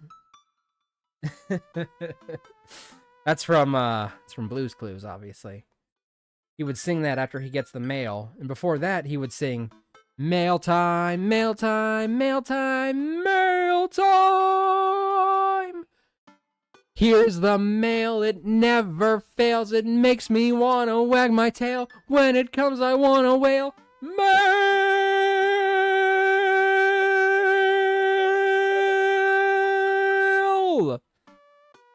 Thank you, thank you. I will be here all week. I'm aware. Here's the mail.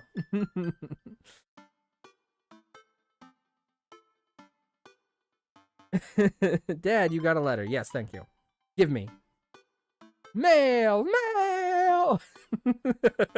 Thank you for trying to keep up in text. I imagine that was not easy. Bash knows the song. I would sing that all the time when I was playing Stardew, because, you know, we'd get mail like every single episode. But it's been a while since I've had a chance to sing it, so I took the opportunity and I fucking ran with it. Oh, is it from Grandpa or Grandma? It's probably from fucking Damien, Jack. Obviously. No, it's from Damien. See? Amanda gets it. We just clicked on Damien to go on a date with, so obviously it's gonna be from Damien. Whoa, can I see it? Amanda hands me a piece of old parchment, folded into an envelope, and sealed with purple wax. Damn, that dude goes all out.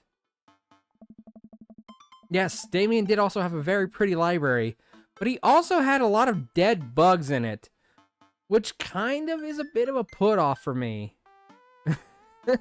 I don't particularly care for being surrounded by hundreds of dead insects.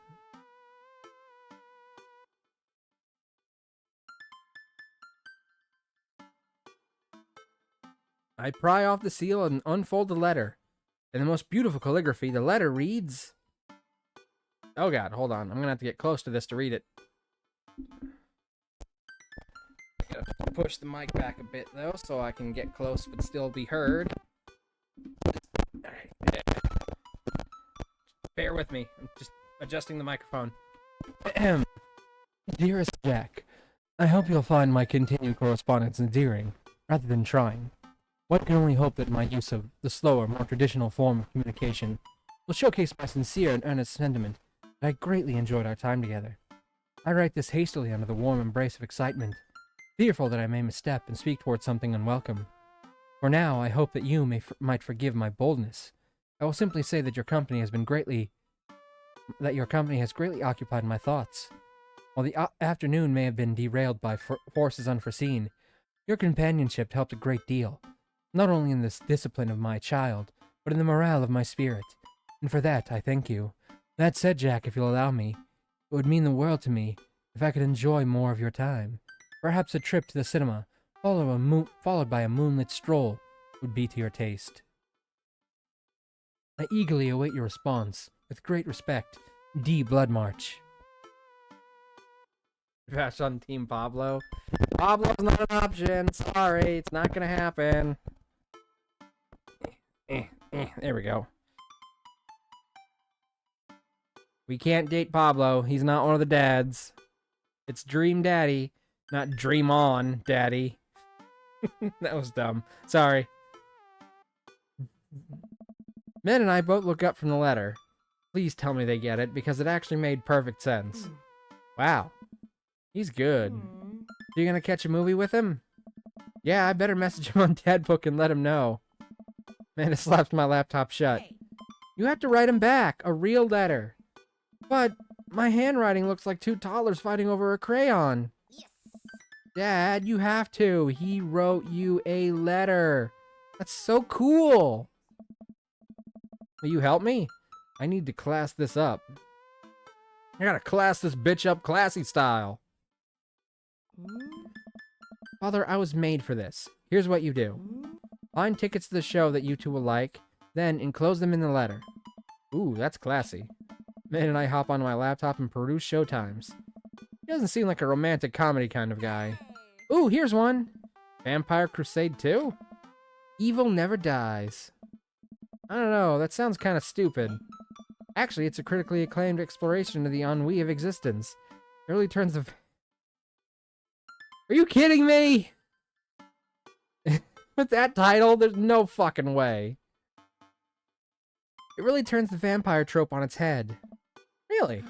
Nah, there's just lots of blood and vampire titties. Vampire titties! The only thing I need in any of my movies. What movie is complete without them? I can't. Oh my god.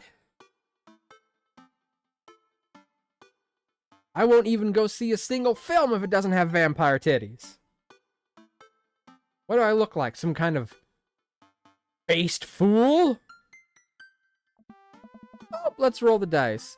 Wait a second. Why does my daughter know this? Why does my daughter know about the movie with blood and vampire titties? I'm sorry. Amanda, do we need to have a talk about what movies are appropriate for you?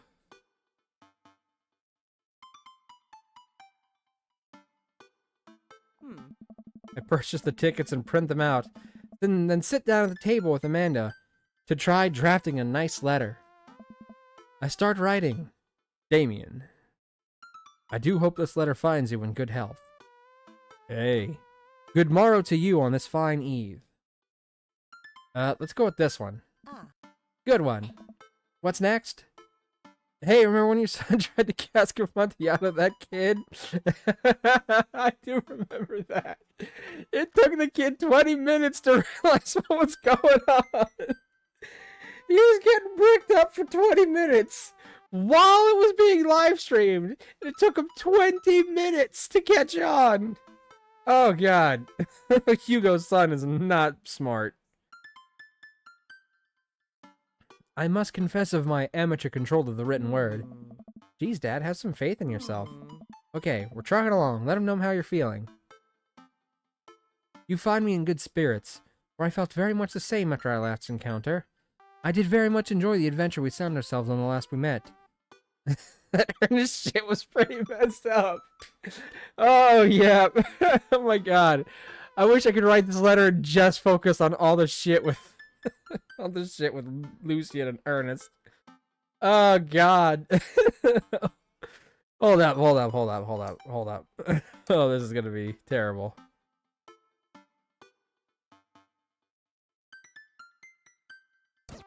Alright, hold up. I'm gonna You've got dads. start this over. I'm gonna save as soon as it gets to the part where we write. I'm just gonna pick all the options about Lucian. Oh, man. Oh, God, this is taking forever. Oh, the fast forwarding is not even helping. There we go. Okay. Now let's save here. Hey. Dad, I'm gonna need you to get your head in the game here.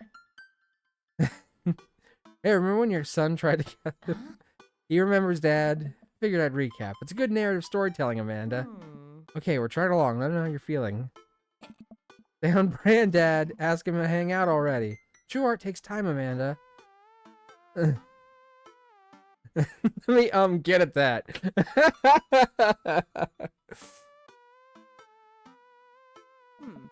You really didn't have to write the but at least it's direct. Bring it home, Pops. Let me take you out. I got 2 tickets to the movies. Yeah, fine, that'll work.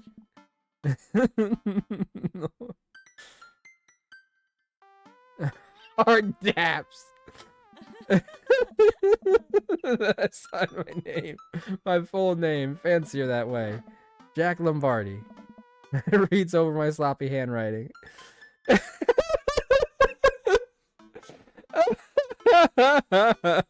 Damien, hey, remember when your son tried to cast Amontillado kid? That kid, that her shit was pretty messed up. You don't get that. Let me take you out. I got 2 tickets to the movies. Enclosed, you'll find 2 tickets.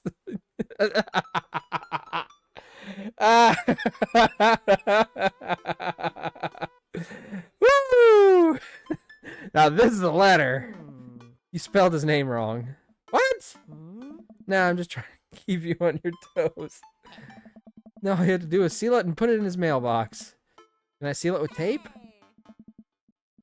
Oh, God. Woo! What a letter. But no. No, I can't imagine he'll have a good reaction to that. So, now let's actually try and write a good letter.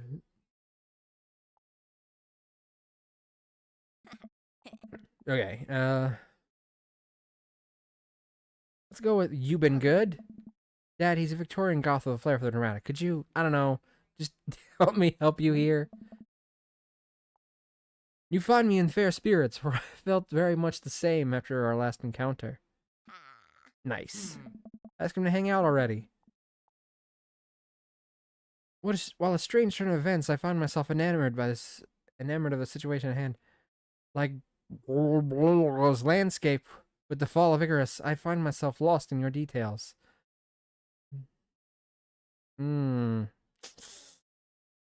Fuck. I don't know if that's a painting.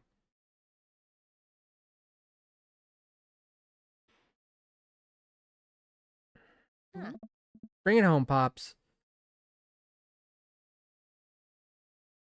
It would bring me great pleasure to escort you to the cinema. Smooth, calling it the cinema is a classy move. Enclosed, you'll find 2 tickets to Vampire Crusade 2 Evil Never Dies, which I'm sure you will find both titillating, tits, and enjoyable. Hard dabs. So stupid. Best wishes. And then I sign my name, my full name, fancier that way. Jack Lombardi.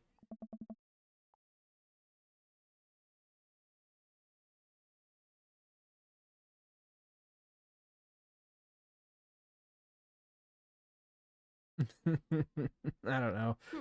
I guess. You spelled his name wrong. What? Nah, just trying to keep you on your toes. Now all you have to do is seal it and put it in his mailbox. Can I seal it with tape? That's not authentic enough. I have an idea. I'll be right back. Are we gonna melt crayons to make a wax seal? I'm pressing buttons. There we go. I clicked the mouse like 5 times and nothing happened. Minna leaves the room and returns with a candle, a lighter, and a small piece of wood. Ooh. You gotta have a wax seal. He lights the candle, which starts to burn down and forms a pool of melted wax. What's the other thing? Amanda pours some of the wax onto the folded letter and expertly presses the small piece of wood into it. He lets it dry for a second and pulls the wood away, revealing... Here it is, your sigil. A little kitten with a bow on its head. Awesome.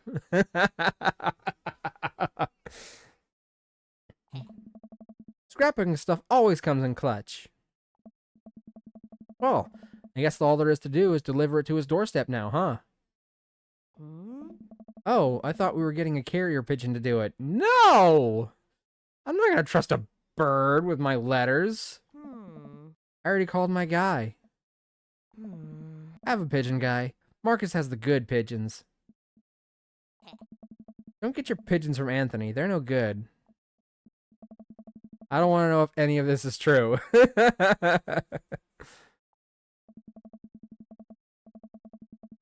I head outside and walk over to Damien's house. I slip the letter into the slot in his door and go back home. Mission accomplished? Now we play the waiting game. The night finally rolls around where I'm supposed to meet Damien. The next day, he had left another beautifully crafted letter thanking me for mine and agreeing to the evening.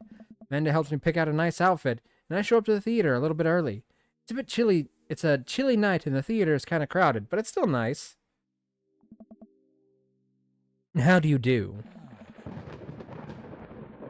Holy shit.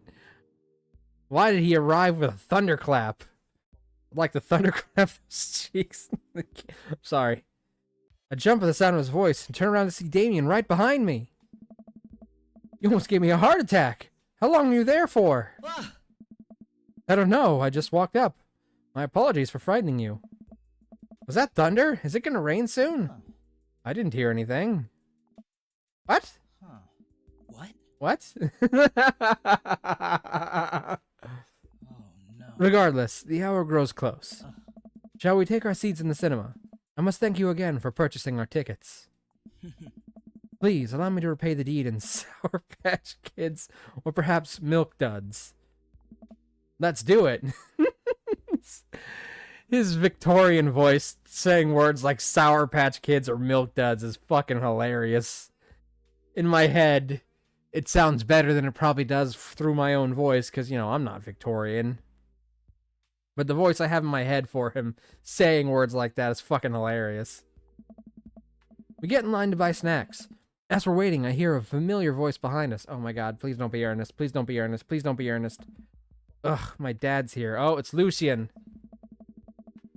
I turn around to find Lucian standing a few feet behind us with a gaggle of other goth kids. Lucian, how nice to see you. I didn't know you were coming to the theater. I'm glad to see you spending some quality time with your friends. Whatever, Dad.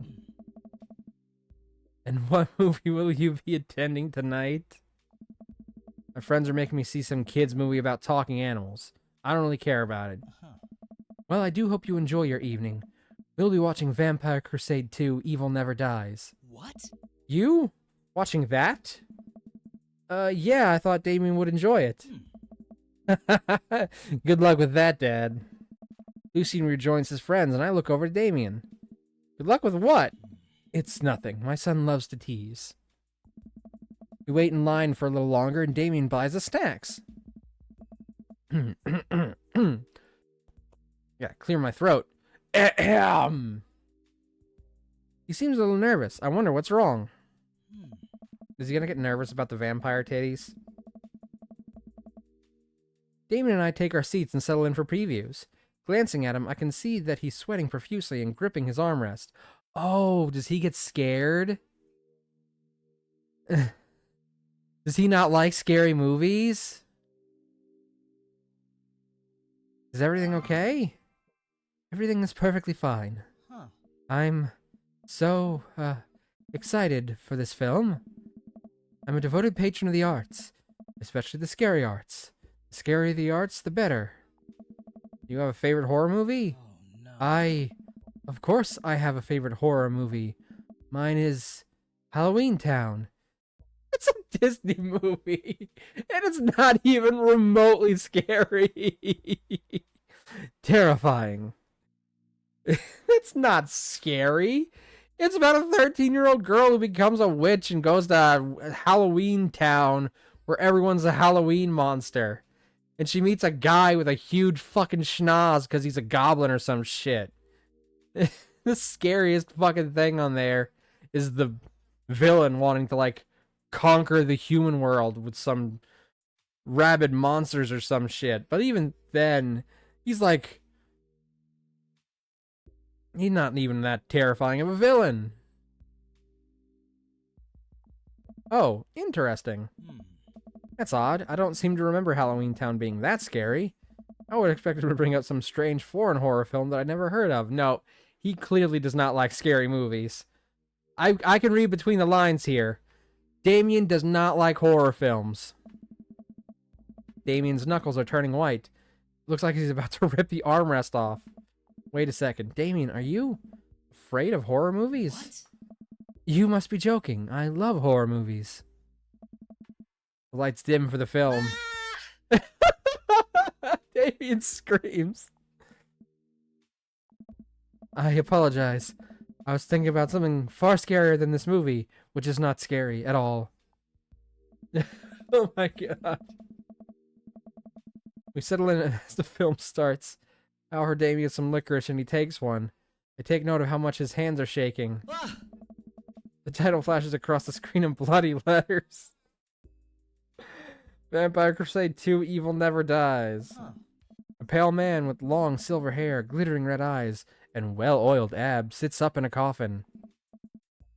Romulus Bad Blood? Oh my god. I think I'm gonna have an aneurysm just with how stupid and edgy that name is. Sorry. Awaken my coven. 2 more vampires slide the tops of their stone coffins onto the floor. Brother, is it time, Demetrius Morvant? Carmela von Rudden. Yes, my husband, but also mortal enemy. It is time. Brother and also husband and mortal enemy? What the fuck is going on with this family tree already?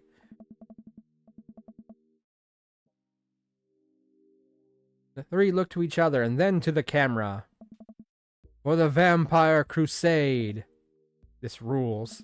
The trio of vampires flies off in the night as foreboding organ music plays in the distance. I somehow get lost in the movie. As dumb as it sounded, it's actually a pretty fun flick. We get to a tense moment of the movie where Romulus Trueblood sits at a truce meeting with the general of the human army, whose wife Romulus has fallen in love with. Romulus, it is good to finally meet you. General, I agree. It's good to finally blood you. Oh my god. Romulus leaps out and slashes the general's throat. Blood splatters over everything, including the camera.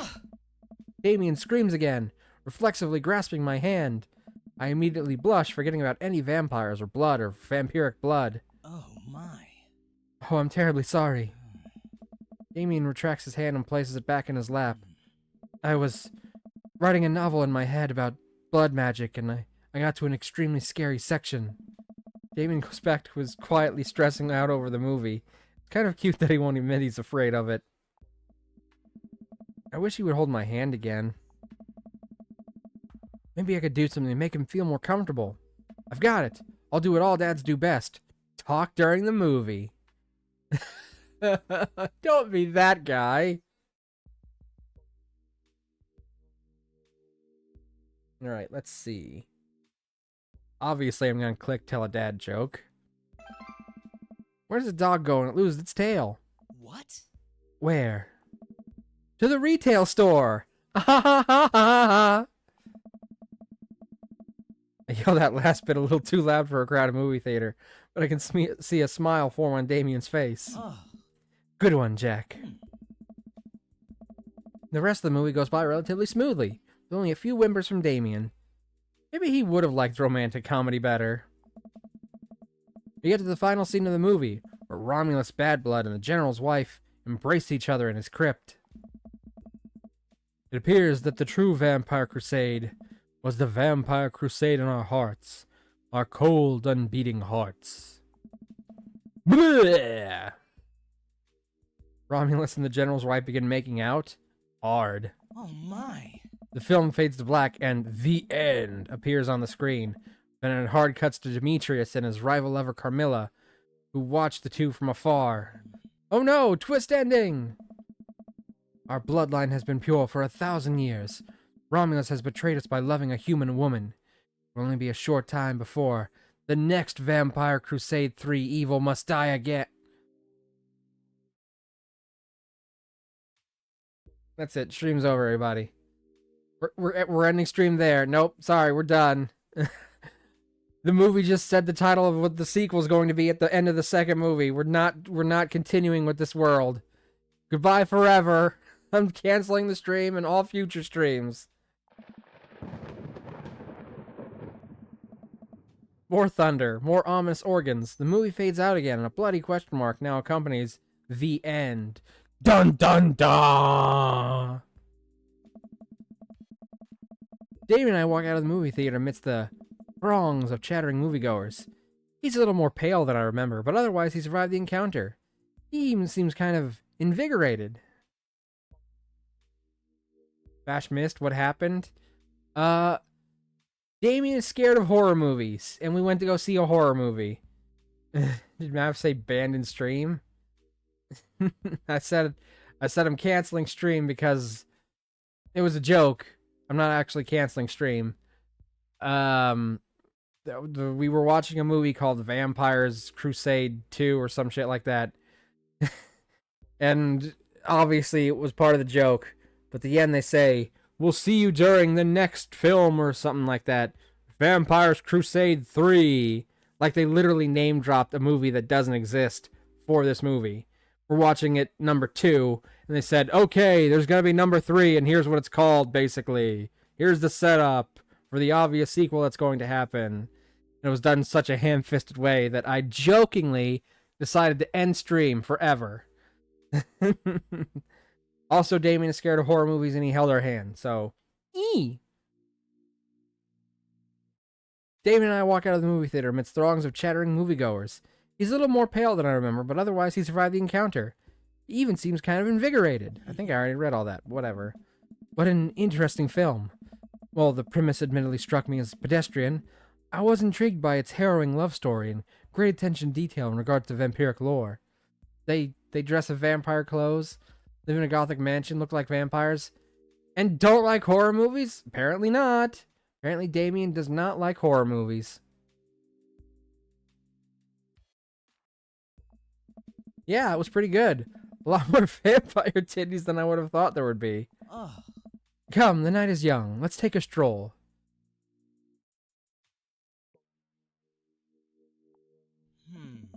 Damien was in deep denial about it, though. He would not admit that he was scared of the whole thing.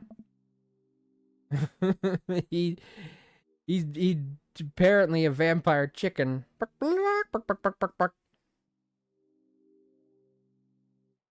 Damien is making a point of not telling me where he's taking me. Still, I'm enjoying the walk in the cool night air. Being alone here with Damien is a lot better than being in a crowded theater.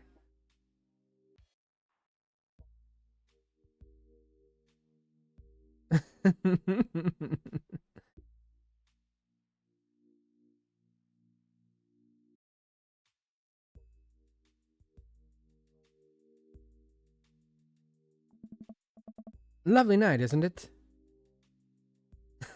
Thank you for that quote. Although it was a quote from the game, so... Oh, this is the night. It's a beautiful night. And hello, Sir Perry Wolfie. I'll get a drink, and I'll stop trying to sing, 'cause I know I can't rhyme Wolfie. Okay. Hi, Perry. Hold on.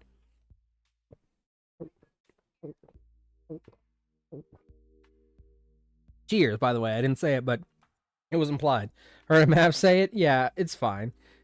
I'm totally fine with you quoting something I've read from a game script. It's not like I said, "Don't you fucking dare quote me if I'm just reading the game script." You quote whatever you hear me say that you think deserves to be quoted. How you doing, Perry? As lovely as the company, yes. I'm always picking on Vash quotes. I'm not picking on them. I'm just pointing out fun facts about them. Vash in and out. Well, why don't you go to Jack a Burger instead? Jack in a Box. Jack in a Box?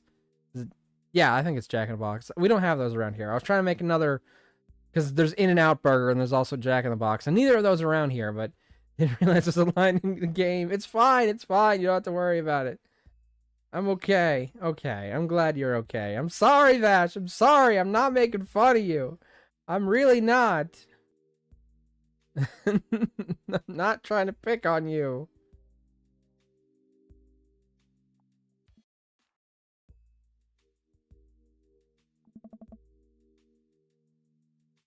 He thinks I'm lovely. Damn, okay. Here comes the smooth response. We've been struck by a smooth response.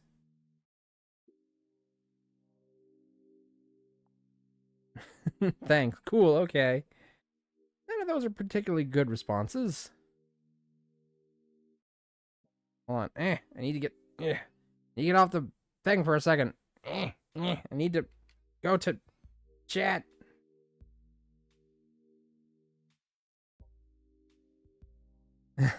Thanks. No problem. Crust it. Let me go over. Let me get off the screen for 1 second.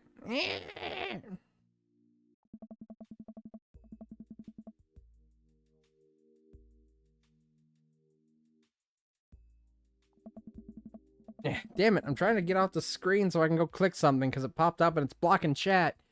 But I can't get over to that screen because I'm stuck on the game window. Let me off. Let me over to the other screen. I can't read chat.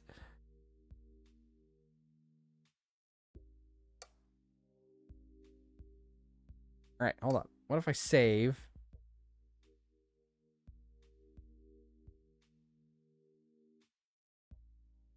The fuck is it? Is it Control Tab that'll get me to a different window? Maybe? I don't know. Shift Tab? Maybe? I don't know! Let me over to a different screen! You were in that game forever. I saw that one at least. I can't see what anyone's been saying!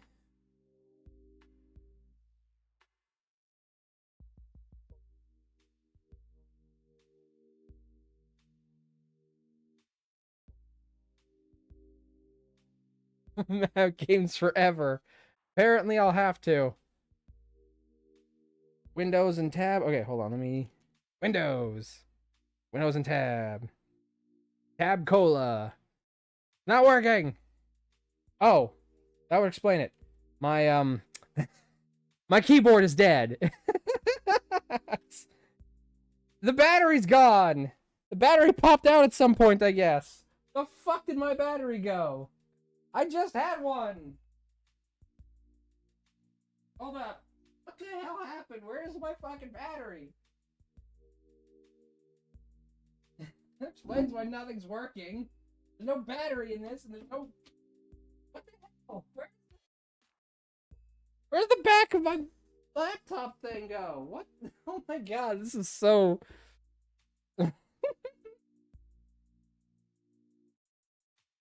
They were just there!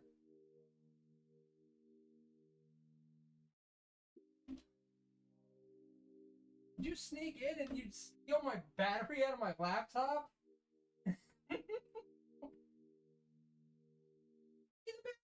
Where? Where'd it go? It fell out! Yeah, our back of the whole thing must have collapsed.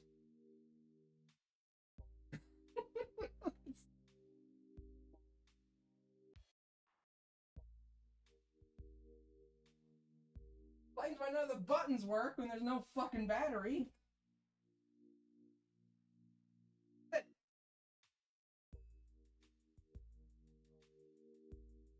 Alright, hold up. I gotta get up.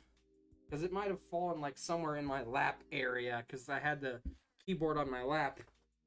Yeah. Okay, there it is. Sitting on the damn thing. Oh my god. I don't know why. I don't know why it popped off. I don't know when it popped off. But it did. Okay. Okay, here we go.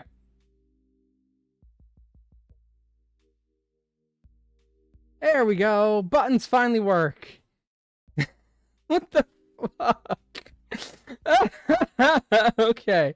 I'll go back up to where I was trying to read from.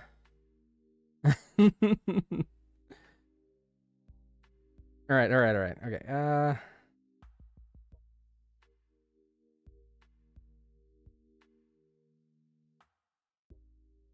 Mav always picks on Vash quotes. Didn't have either. Don't want burgers right now either. I picked on Vash quotes last time, too. Vash word for word. Quoted a Mav and Mav accused of twisting. You deliberately left off the last piece of the sentence to change the context. You are in that game forever. Mav games forever. Windows and tab. Mav keyboard revolted in support of Mav, in support of Vash. Poor Mav. I was about to start saying, have you looked up your butthole? Oh god. I don't know when the whole thing popped out, but clearly it did not appreciate me slightly commenting on Vash's quote. Not criticizing it. I wasn't criticizing it. It's fine the way it is. I don't care if the quote is from the game or not. I was just pointing out that it was from the game. I just like sometimes pointing out fun facts about quotes. Like, did you know that you've made this particular kind of quote 3 separate times? Did you know that this quote you made was something the game had said? It's not criticism. It's not criticism. You getting a little hungry? We could maybe stop off and grab something to eat. I'm embarrassed now. I'm embarrassed that happened. I don't know how the fucking mouse or the keyboard lost the battery. The back fell off that keeps the battery in place, and the battery fell out. All while it was somehow in my lap. I don't know what happened. It took me a second to realize that it happened. Okay. Woo, okay. I'm embarrassed. Worry not, friend. I have a plan. We turn the corner and greeted by the gates of a cemetery? What? Are we going in there? A little bit of Victorian flavor, Jack. Trust me. Battery was like, fuck this, I'm out. Fuck this shit, I'm out. Exactly what the battery did. Thank you, Perry. I'm a bit nervous, but Damien hasn't led me wrong yet. This music's pretty, like, this does not feel like cemetery music. Taking a second to jam out.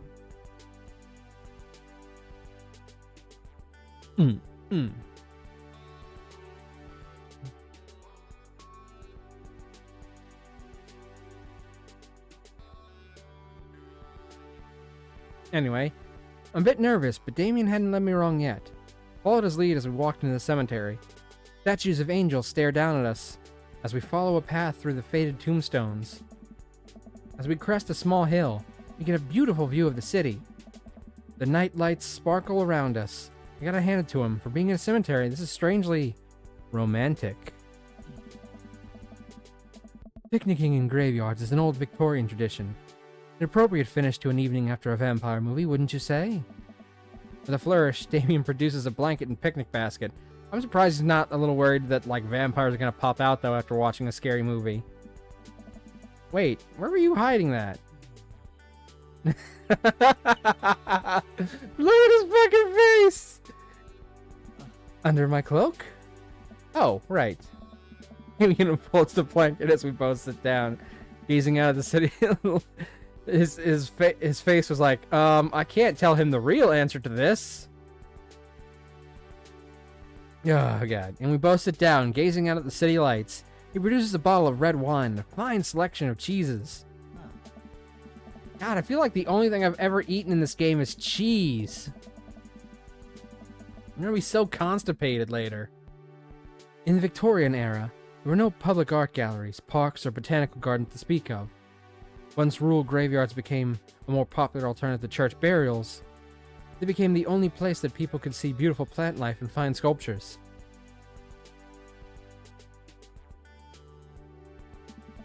That makes sense. This is pretty nice. Graveyard data choice? It's definitely a choice. I have a question, though. How are you so okay with being in a graveyard, but you had trouble handling a scary movie? I wasn't. He sighs deeply. Okay, yes, I was extremely scared by that movie. I was not writing a book about blood magic in my head. I've never been good at those. I just feel as if it's because of how I look and act, people expect me to love horror films, so I must play the part. Truth be told, I don't know if I had the constitution for them I don't know if I've had the constitution for them at times. Now who's the master of jacking it? I mean... Dark Cloud. Another one of my 24-hour streams that I did. And then I played the bonus section, so I don't know if that's from the 24-hour part or from the bonus sections. But yay, Dark Cloud. Damien, I'm so sorry. If I'd have known, I would have suggested another movie. It's quite alright.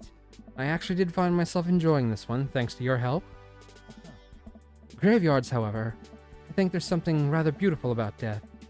Cemeteries are traditionally built away from cities, away from the realm of the living, and it keeps us rather separated from it. To acknowledge death and become comfortable with it, I think, gives us a certain intimate knowledge of ourselves.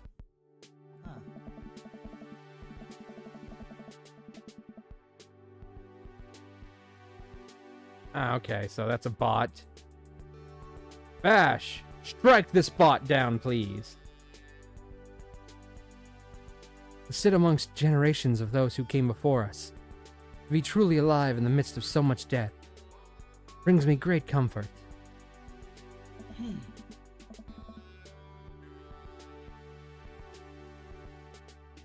Death helps me appreciate life, to savor every second. We sit and enjoy our food and wine. I don't feel scared anymore. Never thought I'd be comfortable sitting alone in a graveyard at night.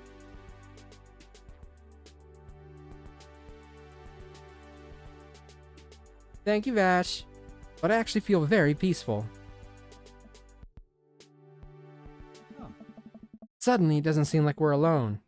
Am I supposed to ban? I mean, ban is typically what you would do. I did a timeout, but that's fine too. It gets rid of the message, and they probably won't come back, so it's fine. You could do either one. Shot them. Shot through the heart, and you're to blame, darling. You give love a bad name. Okay,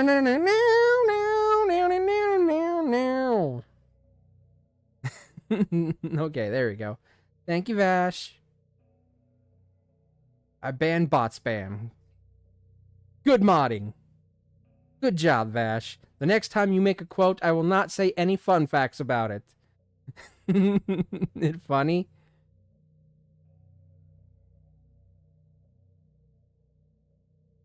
Suddenly, it doesn't seem like we're alone. Off in the distance, I see a shadowy figure in the trees. I misread their user as unmistakable bot. That's pretty funny. There's a light in the distance. I see them getting closer with the force of ages, centuries gone by. What is that? I'm not sure. It noticed us. I'm paralyzed with fear as it begins lumbering slowly towards us, its shape taking a more animal form, more feral. I look to Damien for help, but he's just as afraid and transfixed as I am. Watch it be like fucking Robert. I want to scream, but it's stuck in my throat. The creature is getting closer, moving faster. Woof. Watch it be like Robert walking his dog. Oh, it's a dog. Look at this little... You can barely see it underneath the thing. Why can't I hide this so I can get the full majesty of this tiny dog? Perry did a good defense too. Thank you, Perry, for shooting the bot. As it finally comes into light, the friendliest, dumbest little Boston Terrier I've ever seen pulls its owner towards us. The dog trots over to Damien and sniffs at his hands. Damien looks ecstatic. He ruffles the dog's fur happily. What a beautiful dog. Hey. We both look up, not expecting to see Robert! Robert! Called it! I should have stabbed you then, but gun came up first. It's fine. You never bring a knife to a gunfight. I fucking called it. Who else would be walking their dog in a goddamn cemetery? Robert, what are you doing out here on this lovely evening? It's fine. Gun works well. Hunting cryptids. What? What? I didn't know you had a dog. Yes, you did. You went to his house. This isn't my dog. I found her wandering in the street. I put a leash on her, and now we're walking around the graveyard together. Robert does look like a walking corpse, you're right. Even more so than Damien. Hunting cryptids. Damien and I share a look. Them dark circles around his eyes. Yeah, he very much looks like a zombie. Zombie, zombie, zombie, What's in your head? In your head. Robert the Zombie. Would that make him Rob Zombie?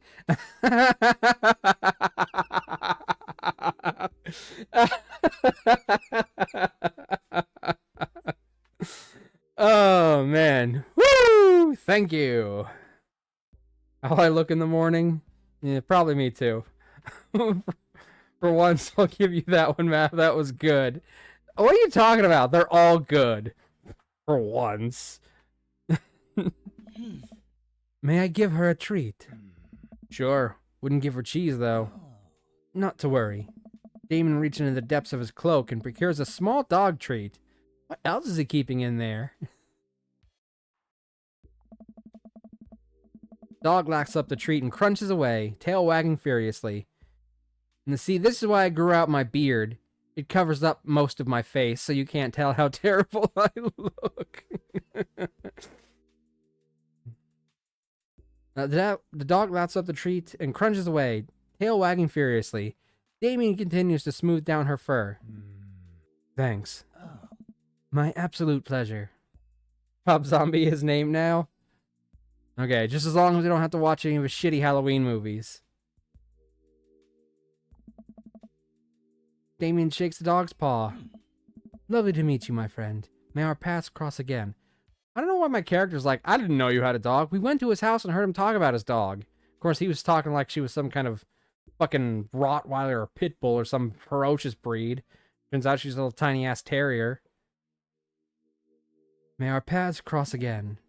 Robert and his dog disappear into the darkness again. Damien stares after them.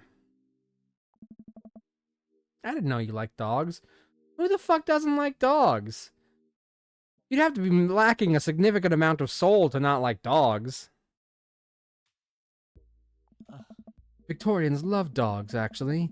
Most Victorian women of high fashion would always be accompanied by a small dog, such a terrier or a Maltese. So you're saying that Victorian women were the ancient equivalent of Valley girls with their chihuahuas in their purse?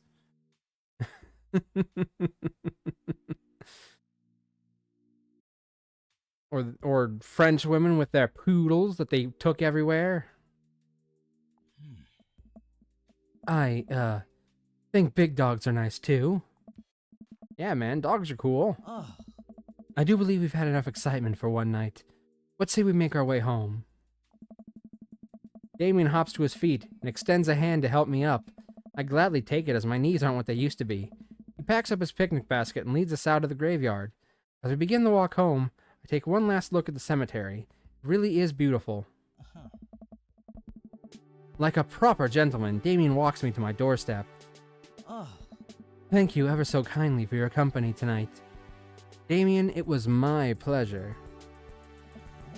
Jack, if you'll allow me, it would bring me great joy to offer you a token of my affection. Damien reaches into his cloak, pulls out a folded monogrammed handkerchief. Was he fucking King's Quest in this bitch, where his cape has like 1,000,000 pockets and it can fit anything in it?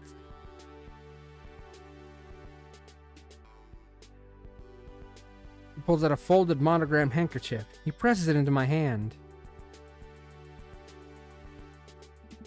Wow, thank you, Damien.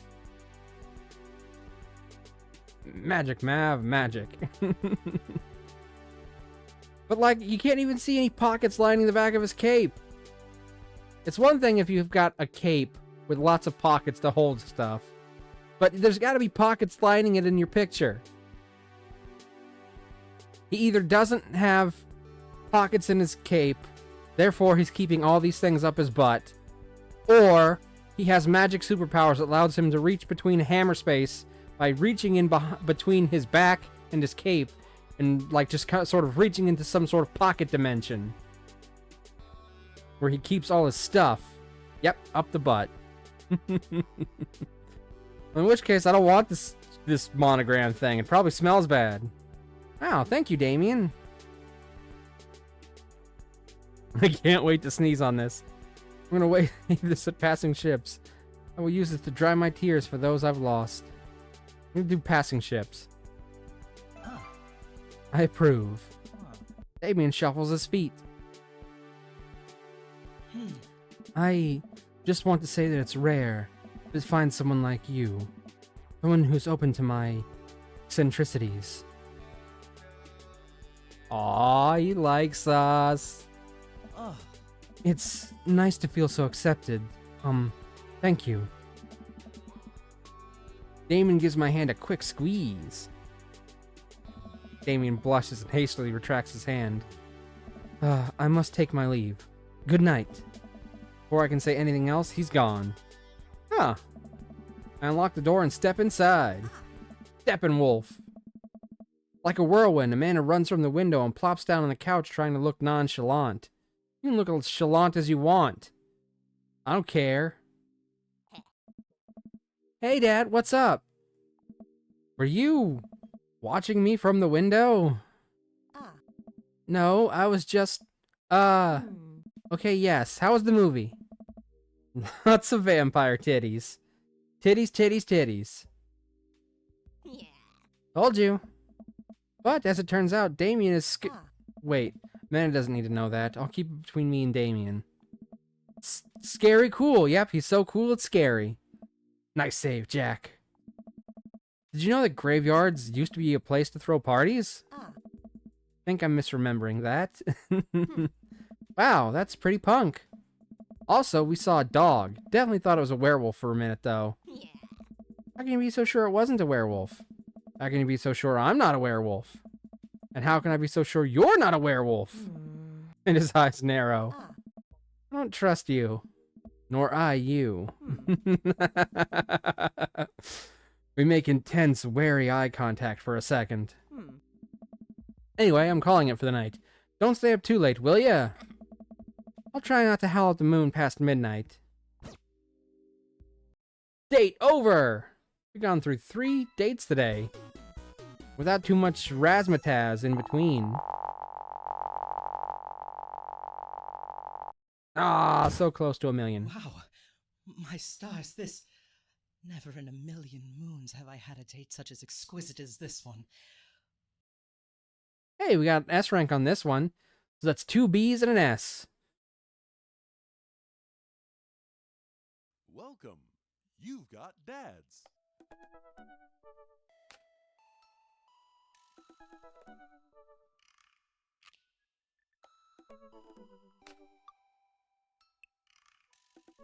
Come on, give me some in-between stuff where I can, like, flesh out the knowledge of my flesh out the knowledge of the characters and I can tell what's going on with their lives. Because either I pick a final date with these 5 now, and this is the final date Dream Daddy stream, or I go on a second date with either Robert and or Joseph.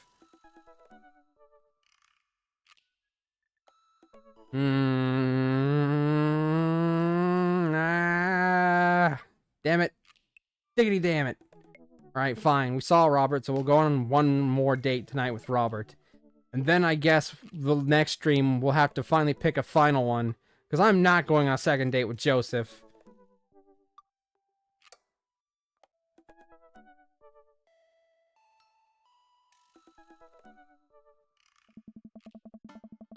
I had a lot of fun with Robert the last time we hung out. I did not. But I'm beginning to wonder if he's dodging me. Tried messaging him a few times, and Dad Book says he hasn't even read them. Haven't even seen him come out of his house, actually. I decide to send him one last message, fearing that this will produce the same result.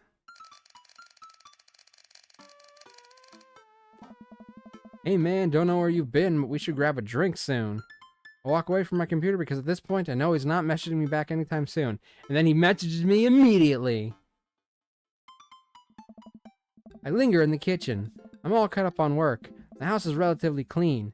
Maybe I should do something nice for Amanda. Ah, I'll bake her favorite pie. I root through the pantry and pull out all the ingredients. This is an old family recipe that I used to make with my grandmother when I was a kid. Yeah, we might have to... we might not get the full 4 hours in tonight because we have to leave some room for the next stream to have actual time. So... we might only go 3 hours, plus whatever change gets us through this date. And then the next stream will probably be our finale. Because I don't know if we're only allowed to pick one ending, And if we are, I guess we'll start with one and like try some of the others later if we can save it properly. We'll see what happens. But we might have to only go 3 hours tonight instead of the planned 4. I wasn't aware I'd get through so many dates tonight. Usually it takes us hours to get through one because there's so much fucking... there's so much delays going on and so much getting caught up in just conversations, and there's so much stuff in between each of the dates. I root through the pantry and pull out all the ingredients. This is an old family recipe that I used to make with my grandmother when I was a kid. I lost the actual recipe card a long time ago, but I think I'll be able to remember how to bake it. I start mixing the ingredients together for the crust until I get a nice dough. I throw some cherries into a saucepan to make the filling. Normally I don't like to multitask in the kitchen, but this cherry pie is a piece of cake. Pie? It's a piece of pie. I'm making a pie. Oh man, I can't even remember what temperature you're supposed to set the oven at. Pretty sure it's 375, but I could be wrong. 375 is pretty standard for most stuff. Who am I kidding? I'm never wrong when it comes to this pie. My special twist on Grandma's recipe includes a secret ingredient that not even Amanda knows about. It really makes the cherries extra flavorful. Lemon juice! God, why can't I remember what the secret ingredient is? More cherries, salt, almond extract.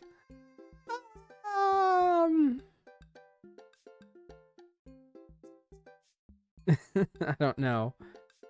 Like, obviously you put a little bit of salt in there for flavor because it makes a little bit of a blend, but I don't know how much salt my character would use, and I don't really trust them when it comes to handling food.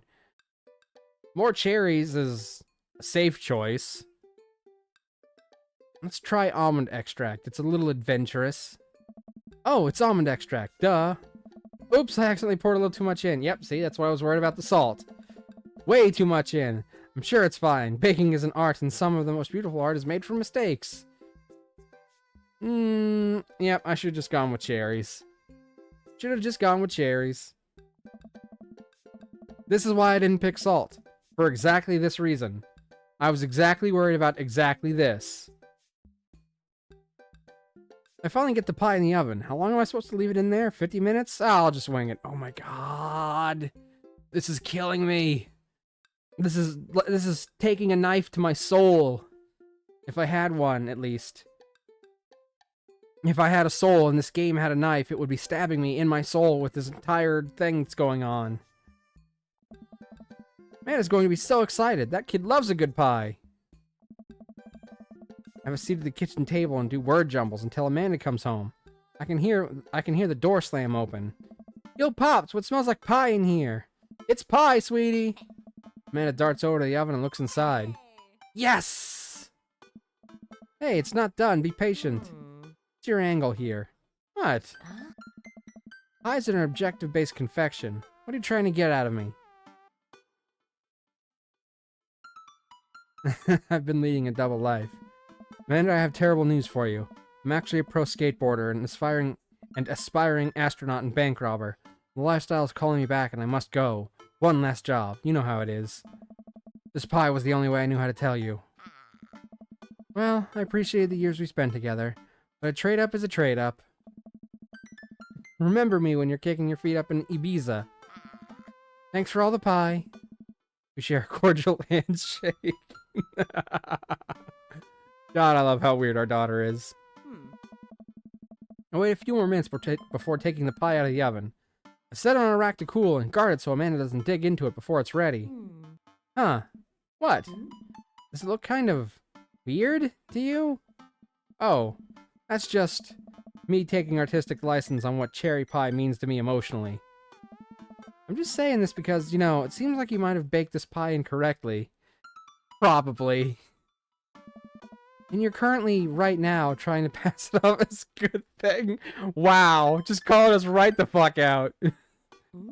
It's art, sweetie. Was it art when you accidentally baked a whole uncracked egg? No! In the center of my 12th birthday cake? Oh my god. I'm actually offended by that.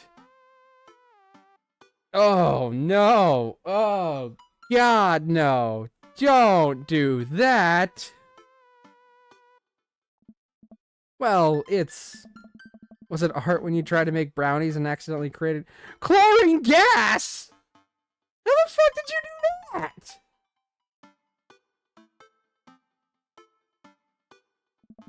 Well, that's a bit of an exaggeration. Was it art when you... Just eat the pie, Panda! Oh my god. Oh, I can hear myself crying from like 15 years ago when I was in high school taking cooking classes. Like that hit me so hard that it broke through the space-time barrier and went all the way back 15 years and hit me in high school right in the gut. And my 16-year-old self is crying about it right now. Well, crying about it 16 years ago right now, but fuck it. Oh my god. I always wondered what that was all about, and now I know. I didn't realize that in 15 years, I would lose my ever-loving Jesus at this game, and its cooking stuff that it's trying to present here.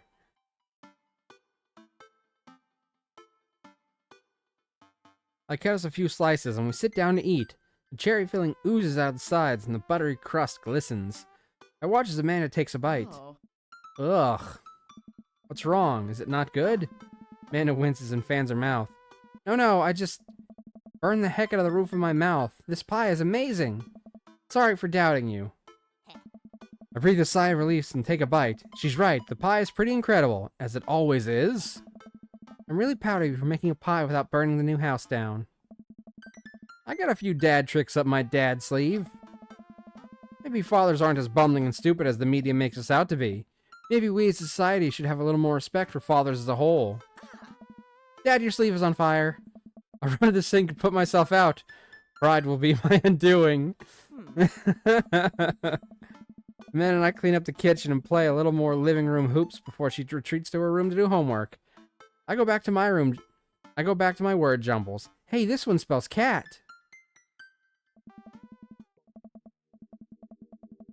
The rest of the evening trickles by. We eat dinner. I help Amanda with one of my... Oh my god, this date with Robert's never going to start.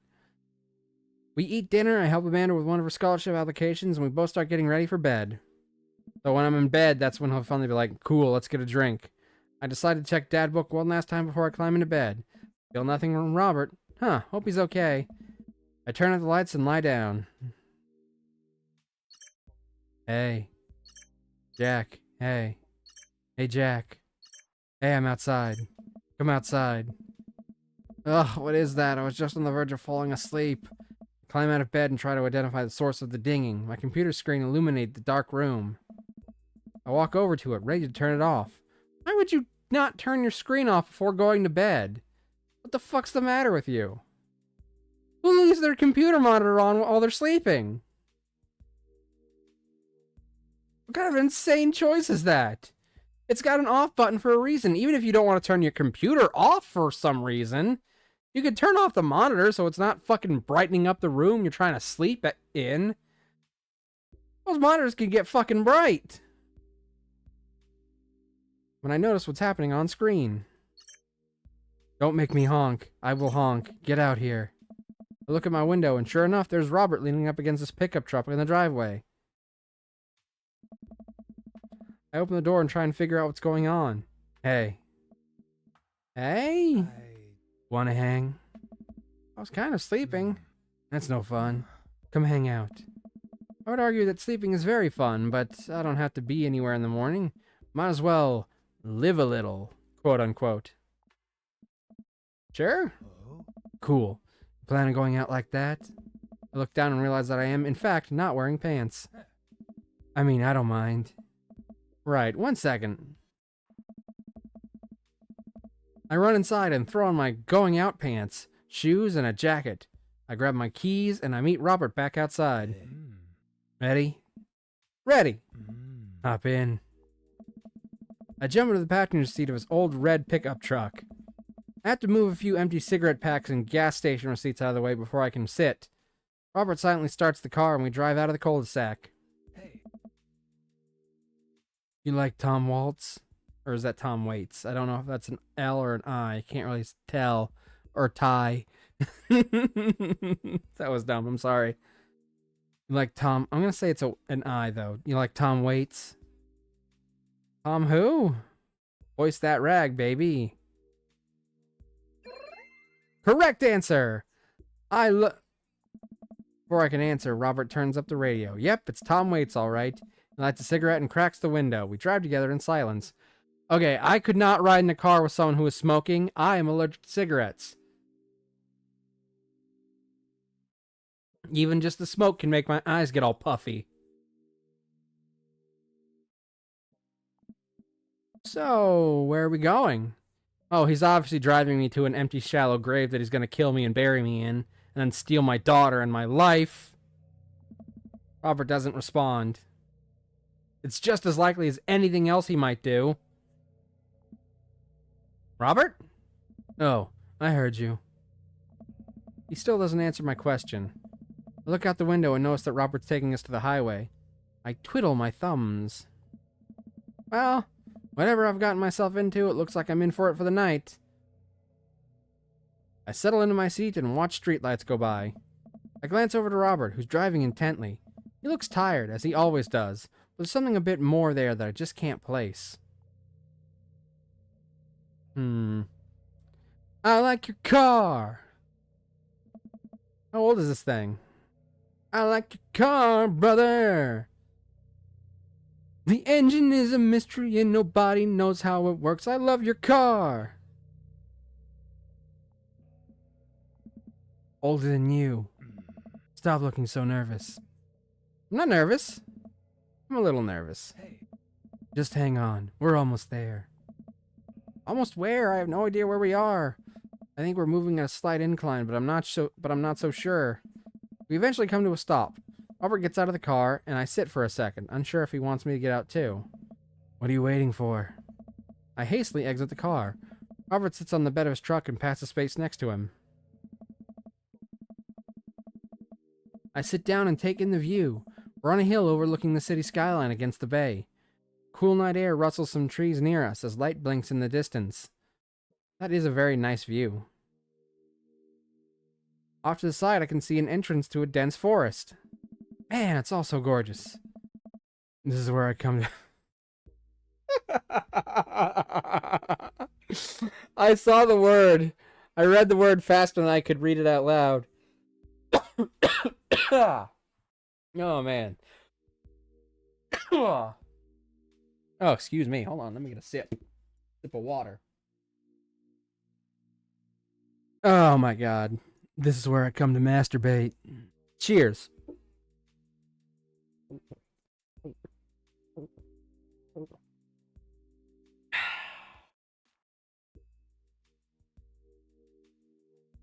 Woo, baby.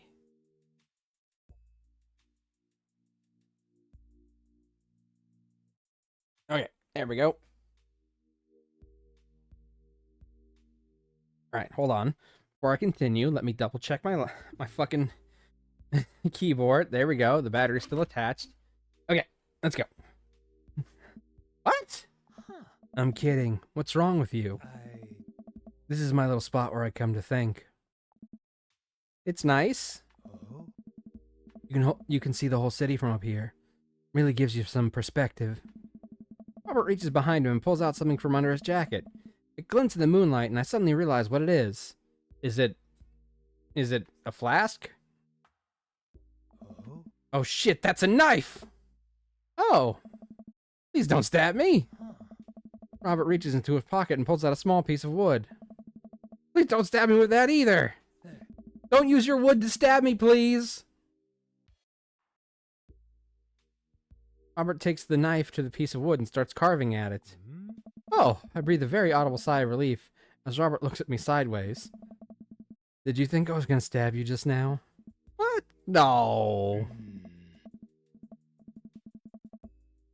Hate to break it to you, but I did in fact bring you out here to harvest your organs. Yeah, well, you think you caught me in your trap, but I knew. For years I've been putting the most vile junk food in my body in preparation for this day. Come at me, friend, and reap what you will. 2 steps ahead of you at all times. That's how I operate. Ah, nothing gets past you, huh? Hey. Robert reaches into his pocket and pulls out a folding knife that he opens and hands to me. I'm gonna warn you, the last guy I had a knife fight with lost 3 fingers because he didn't know the 8 basic rules of knife fighting. You're familiar, correct? I honestly can't tell when you're kidding. I'm so many levels of irony deep that I've forgotten what humor is. Oh, He and I laugh. Have you ever whittled before? Considering I'm not a grandpa, no. yeah. What do you mean by that? Well, I just thought that you would have a block of wood shipped to you along with your first Social Security check. Jack, I'll have you know that whittling is a time-honored tradition, enjoyed by both young and old alike. That you're dismissing it before you even tried it speaks volumes about your character. However, because I've gotten to know you for some time and have come to think of us as friends, I'm willing to attribute it to ignorance instead of malice. What I'm trying to say is, go get that stick. Robert motions to a good-looking stick on the ground. Perfect for potential whittling. I pick it up. The most important thing to remember whilst whittling is to cut with a grain, not against it. If you cut against the grain, the wood is going to splinter. Isn't the most important thing safety? No. Getting hurt comes with the territory. Look at my damn hands. I look at his damn hands. They're calloused and covered in little white scars. They are very nice hands. You can't make a stick omelet without breaking a few hand eggs. Oh my god, add that to the list of sentences that I'd never thought I'd have to say in life. Or read. Is the date over, or is this minigame time? Knife that wood. It's minigame time.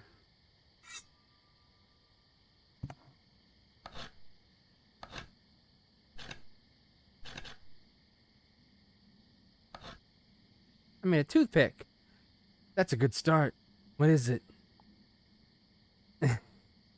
Sharp stick. Careful, don't poke yourself with that.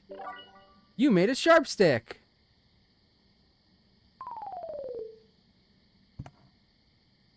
Right, I'm off to bed. Have a good... Thank you for stopping by, Perry. Sleep well, my friend.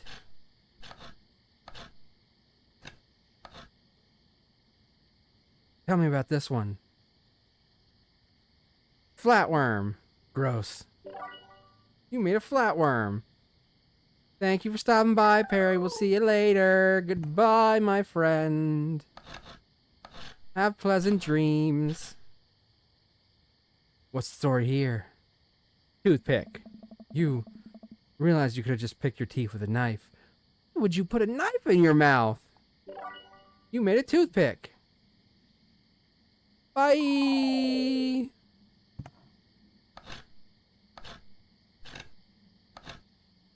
Egg. Chicken nugget. Please don't eat that. You made Robert uncomfortable. Oh, that's the perfect one then.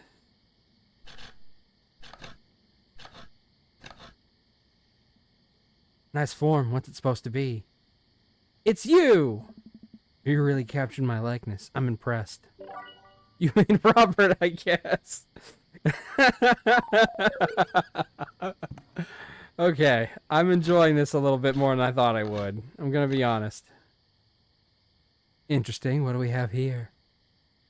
Chopstick righty, chopstick lefty, chopstick ambidextrous. It's a stick. You made a chopstick ambidextrous.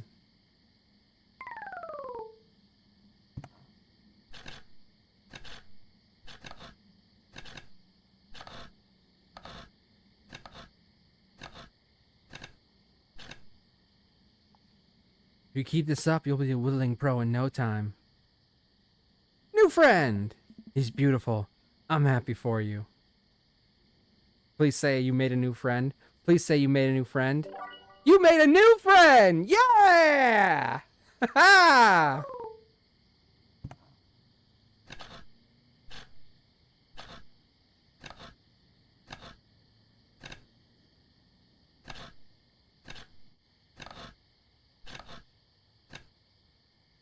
Horse? Beautiful handiwork. What do you call it? Big old dog. The spirit of the Mustang. Sir Horsing. Oh my God, Sir. Oh my God, Sir Horsington the Brave. There we go.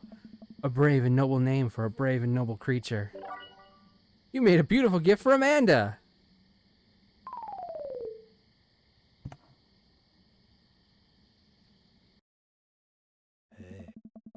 Robert and I sit in silence for a while, carving our pieces of wood. I think I'm getting the hang of this. It's actually kind of relaxing. I glance over to see what Robert's working on. He's carving a smaller wooden knife? Ah! While I'm distracted, the knife slices into my thumb. Blood gushes all over the little wooden carving. Robert is lost in carving and doesn't notice me bleeding everywhere. Robert still doesn't notice. Robert, I'm dying. I'm bleeding to death. Robert finally looks over. He reaches into his jacket again. Jesus, how much stuff does this guy keep in there? And pulls out a red bandana. He wraps it around my thumb. Hold tight. He pops off the truck and I can hear him rummaging around his car. He comes back a moment later with a well-stocked first aid kit. I was about to say, they not want to fucking treat that with anything first? Robert carefully wipes all the blood off my hand and swipes a bit of antiseptic into the cut. With surprising gentleness, he places a bit of gauze on the wound and wraps it all up. You okay? Yeah, I'm good. He hands me what's left of the tube of antiseptic. Make sure to keep that cut clean. It's oddly touching and a little sexy. I guess I'm a real whittler now. That you are. Be careful, though. They're attracted to the smell of blood. Wait, what? What's attracted to the smell of blood? Cryptids. Tons of them out here, you know. Cryptids? Like Mothman and stuff? You guys don't fucking live in West Virginia. You ain't gonna see no Mothman. Mothman is bullshit, but yeah, this town's a hotbed for cryptos. Wow! Cryptozoological occurrences. You're joking. Oh, how I wish I were. I'm a skeptic myself. Or at least I thought I was. There are things in these woods that we can't possibly comprehend. Oh, well, for you, that must mean there's a shower in these woods. Got him. Take that, burn. If you got a burn kit in your first aid kit. I think about my entire time in the city. Aside from the occasional stray coyote, I don't think it's too bad. You ever hear of the Dover ghost?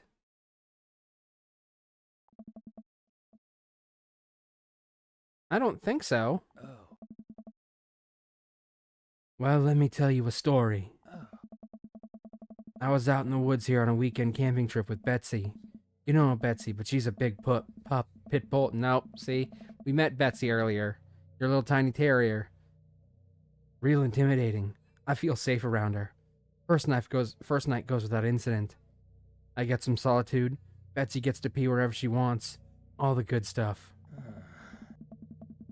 Second day, I get the idea in my head that I can hike deeper into the woods. Probably against my better judgment, but hey, we're just having a fun camping trip, right? So me and Betsy start marching in the morning.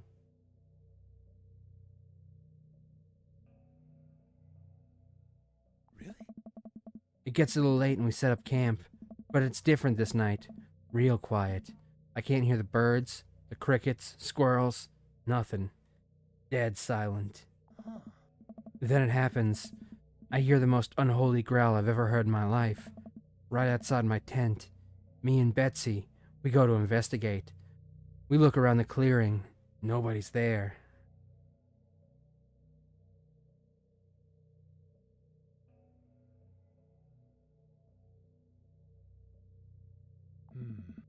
But then there's this feeling. Not sure if I can quite describe it. I know something is watching us. Betsy, though, she's scared. Never seen her like that. When she's scared, I know I should be too.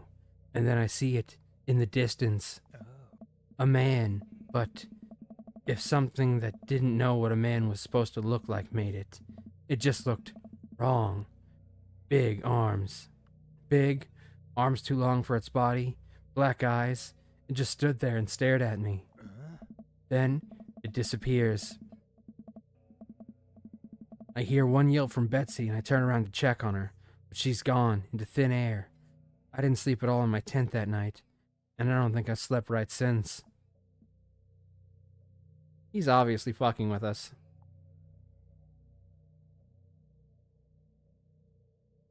It would be rude to say you're lying to his face, though, wouldn't it?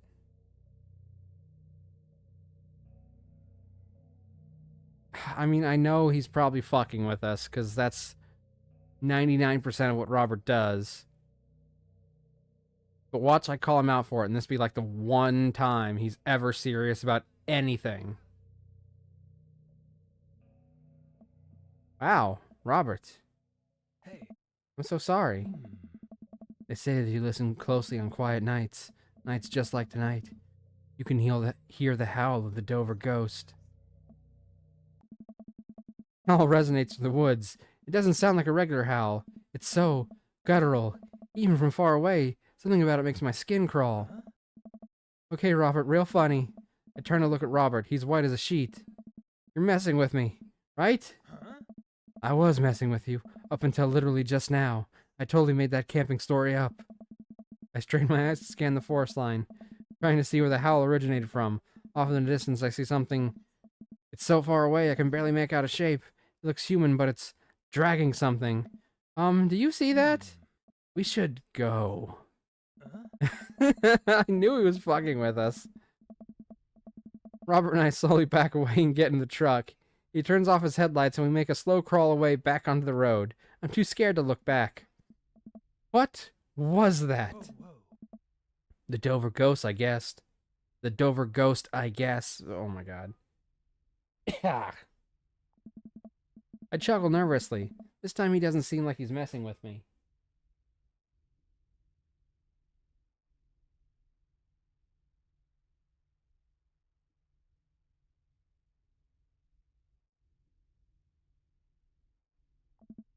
Or maybe someone illegally dumping garbage on a wildlife preserve? Yeah, that's the story we'll tell ourselves.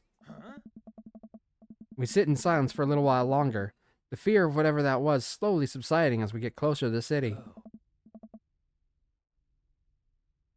Thanks for coming out. This was fun. I'm sorry I haven't been in touch. I've just been in a way lately. I had to get out of the house. Oh my god! Kitty! We're still wet! Do-do-do-do. Welcome, Raiders. How was your stream? Oh my god, Kitty, hello. Oh, hello. It's playing twice. Do-do-do-do-do-do-do-do. I don't know why it's playing twice, but there you go. Had a great time. How you doing? Let me... Welcome in, Raiders. First of all, I should start with that. I am Maverick Hunter, grade AA. Thank you for the shout out for Kitty. You're playing Dave the Diver. Can we fish it? Yeah, that'll work. We were playing Dream Daddy tonight. We've been on 4 dates so far. This is number 4. We're going out with Robert, and we apparently got double rainbow, if you will. Thank you. We did definitely get a double rainbow from you. Yeah, the raid message played twice. I might steal that for an intro. Thank you very much.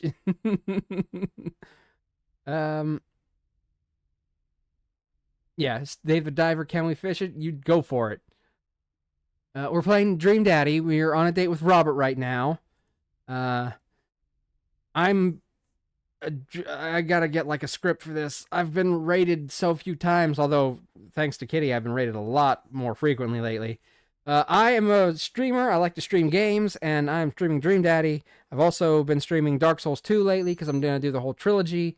And hopefully on Monday, we'll be finishing up our Alien Isolation stream because I just got paid from Twitch today, and I got enough to get a new PlayStation 5 controller because mine's been acting up. So hopefully, tomorrow or Sunday, when I'm not either working, streaming, or babysitting, I can get out and get a new controller. Woohoo! So there you go. Thank you. And yeah, so we're getting pretty close to the end of Dream Daddy, I think, because we've got like 1 date left with most of the dads, and we've got like a 2nd date for Joseph, which I don't even know if we're going to go on.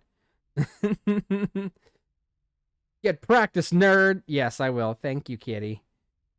Oh, hydrate. I will definitely hydrate before I die straight. Cheers.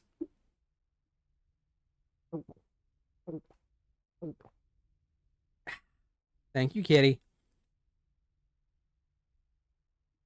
Right. Now, what was I saying? Yes, but if you know, most of you who came from Kitty Stream are probably aware of who I am, so I probably don't need to introduce myself that much, but I still should, because it's what a good streamer would do. Anyway, oh, but Kitty, oh, you missed the best part. I really wish that you were here for an earlier date. We want a date with Matt, right? Good Strammer, yes. Introduce yourself, Stream Monkey. Yes, that's me. I'm Stream Monkey. I'm Haverick Hunter Grade AA. I like to stream myself playing games, and also... But, oh, I'm sorry. Don't be sorry. There was just a part that you would have found hilarious, because we went on a date with Matt. What date did I miss? A date with Matt.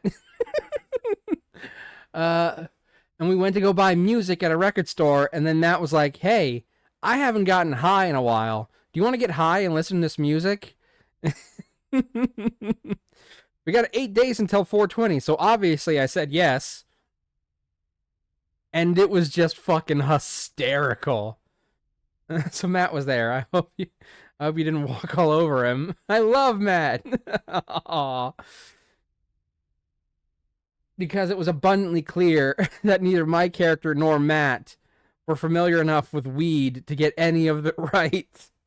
I'll have to go to the VOD later. Oh, you will find it fucking hysterical. I said several times that I wish you were there just because you'd probably find it just as funny as I did. My character at one point said 520. 520. Because the dealer asked to prove that we were cool. And my character tried to list off all the pot lingo they knew. Dave is so hard to get out of. Hey, I'm glad you're enjoying Dave, though. You still gotta finish it. You've already beat Dredge, though. Do you know what fishing game you're gonna take up after you finish up Dave? 520, exactly. Nap lost his shit for 5 minutes. It's true, I really did. Because that part, that whole date was like edging me, slowly but surely. And then Vash let out a dicks at the perfect time, and I just couldn't fucking breathe from laughing too hard. We just got the first Dredge content, actually. Oh. It was crabs. It was funny as fuck. Well, hopefully you all can watch the VOD later, and you'll see for yourself. Oh, Quabs. Harry Krabs. Not Mr. Krabs, owner of the Krusty Krab. That's from Dredge, right? That's totally from Dredge. I'll have to try and clip it. Clip it! Clip it good. But yeah, like, during that part, I fucking was dying. I was dying. Oh, God, I wish you could have been there for it. But it's okay. I knew you were streaming, so I'm not, like, mad or anything. I just wish you would have been there because you would have found it hysterical.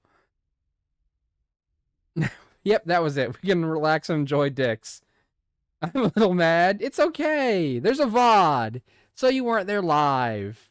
Not a big deal. You were playing. You were having fun. You were hanging out with your friends. Chilling out, maxing, relaxing, all cool, and all shooting some people outside of the school. When a couple of guys who were up to no good started making trouble in your neighborhood. You got one little fight and your mom got scared and she said you're living with your auntie and your uncle in Bel Air.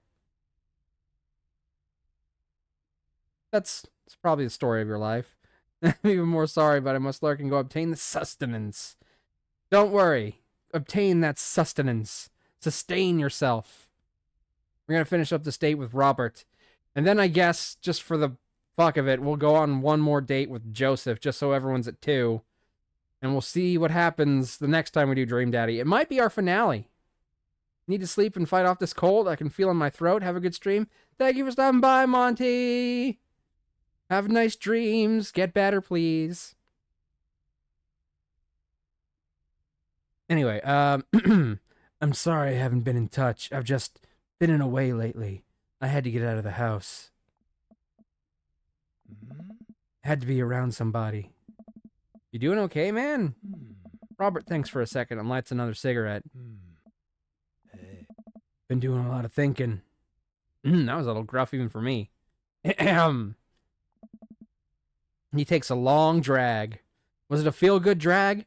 This was over before it ever began.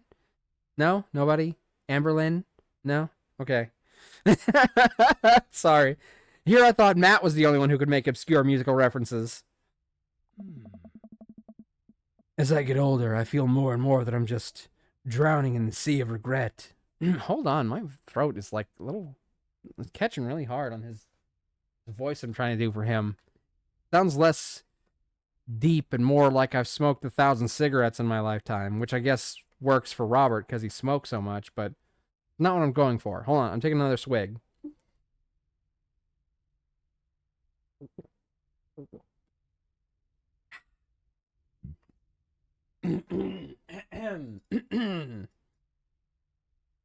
Okay.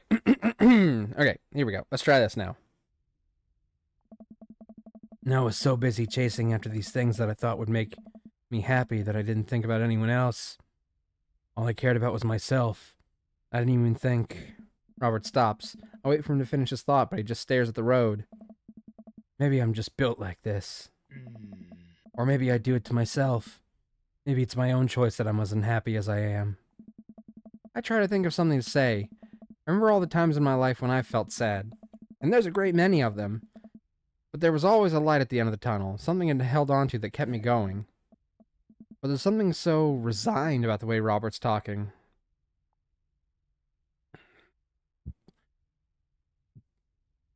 Maybe we deserve to be eaten by the Dover ghost. That sucks. I'm glad you told me. I don't know. Robert doesn't strike me as the type to appreciate camaraderie like that. But he does seem to like it when I play along with him.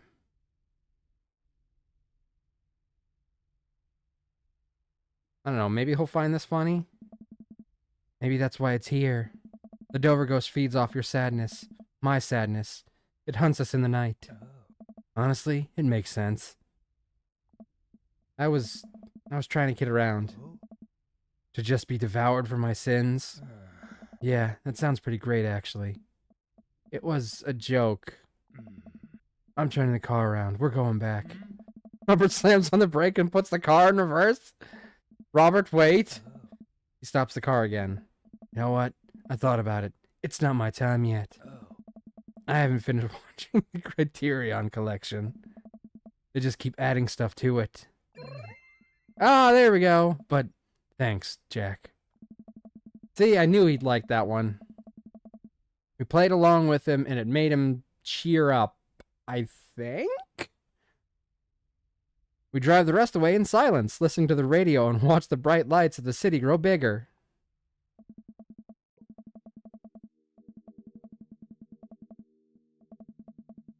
Robert drops me off at my place. As I'm about to close the passenger door, I realize that I still have Robert's pocket knife in my jacket. I pull it out and offer it back to him. You hold on to that. Never know when you might need it. Good night, Robert. Have a safe drive home. Robert smirks, then pulls away. He then immediately pulls into his driveway, which is one over from me. Or one over from mine. He gets out and waves. Isn't that awkward? I tiptoe into the house, careful not to wake Amanda up. Whoa, where'd you come from? I look around and spot Amanda coming out of the kitchen with a glass of water. I thought you were sleeping. Oh, Robert woke me up to go cryptid hunting. You know the Mothman is bullshit, right? Amanda, language... You know what? It's fine. I finally decided to go to bed. Right, end of the date. Date complete. I swear to God, if we get another fucking B. We got 384 dad points. You're a straight shooter. I like that. I mean, it's not a B at least. Welcome. You've got dads. Nope, nothing wants to pop up. Fuck. Alright, okay. So, that's 4 dates today. I guess we'll do one with Joseph, and then we'll call it for the night. And next dad stream, Dream Daddy stream, will probably be our finale. But we gotta be thinking about who we want our end game to be.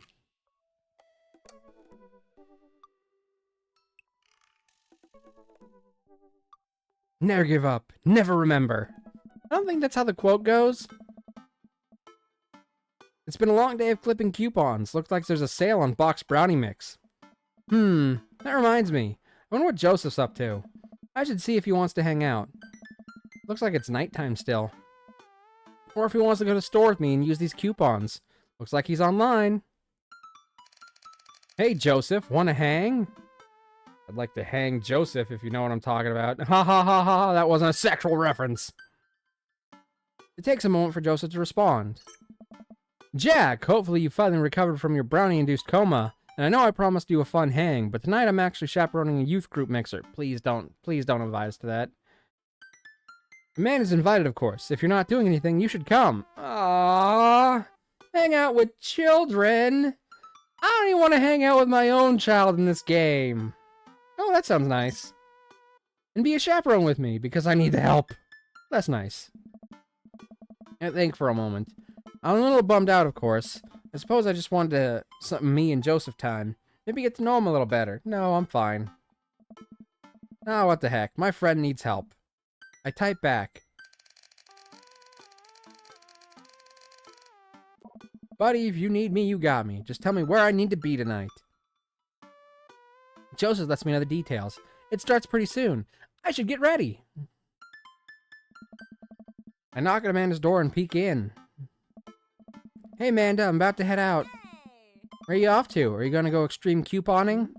I'm actually going to go chaperone this youth mixture dance that's happening tonight at Joseph's church. He says you're invited, but if you don't want to come, I'll cover for you. You know what? I'm down. Maybe I can make some new friends. Oh, she needs them. Her friends have sucked lately. That's a good attitude. But I'll have you know I'm doing this mostly for the potential of free food. I would have judged you if that's not why you were doing it. Thank you, Amanda. You get 4 daughter points today. Can I trade them in for a daughter lava lamp? Sorry, you only have enough for a daughter spider ring. Or some of those daughter plastic jumpy frogs. I like those things. They try their hardest. It's inspirational. Or those little rubber bubble thingies. Those little daughter rubber bubble thingies where you put them down on a flat surface, press into them, and watch them pop up. We arrive at the church to find that nobody's there. There are decorations and balloons and banners and everything, but no youths. I've been to a couple dances in my life. Not that I want to paint myself as some sort of dance expert, but generally dances require people. And those people need to be dancing. All of a sudden, Joseph jogs up to us. He looks frazzled. You're here. I need your help. Joseph gestures to the hand-painted banner above the church doors. Reads, Jesus is coming. I didn't even pay attention to that. Oh my god. Okay. Well, maybe just for that, this whole thing was worth the trip. I mean, ask Mary Magdalene. She might agree that Jesus is coming. Sorry. I'm so sorry. Oh, God. Yikes. Well, that's certainly a thing. God made all things, Amanda. Except for the banner. Ernest made that. I generally can't tell if he meant that maliciously or if he just can't spell good. You know what God also does? Forgives. He forgives teenagers and he never ever breaks their box mods. Are you going to break Ernest's box mod? No, Amanda, that would be a sin. I think it's the one right after sloth. Jack, I need your help getting this down before anyone sees it. I can swing that. Amanda, can you help? Physical labor, huh? Amanda begins rapidly scanning the mostly empty room, looking for an escape route of her own. I have to go set up the food. The food's already set up. I'm gonna go do a final inspection pass on the food to make sure it's up to code. I'm gonna eat your food. Amanda's able to bolt away before myself or Joseph can get another word in. Ooh, she can really book it when she wants to. Her father was a giant pair of legs. I dated some giant arms once, but it turns out they were all right. Oh, come on, Joseph, don't make me laugh. Oh, I hate that that was a good one. You must have been devastated. It was Armageddon, damn it! Oh. No, it's... I get it. Oh, yeah. I'll workshop it. There's a gem in there somewhere. I'm really glad you made it here, Jack. Are you enjoying my company, or did you just lure me here for my strong arms and height advantage? A little of both. It's always something with you, Joseph. Nice. Something handsome and pious. You're not that pious. Yeah. Debatable. You just alluded to breaking a child's vape pen. I would have lost the debate. Huh? You ready to do this? Let's make some magic happen. Some Jesus magic. Magic isn't real, Jack. God said that. God was also a bush one time. Oh. True. Joseph and I grab a stepladder. It's true.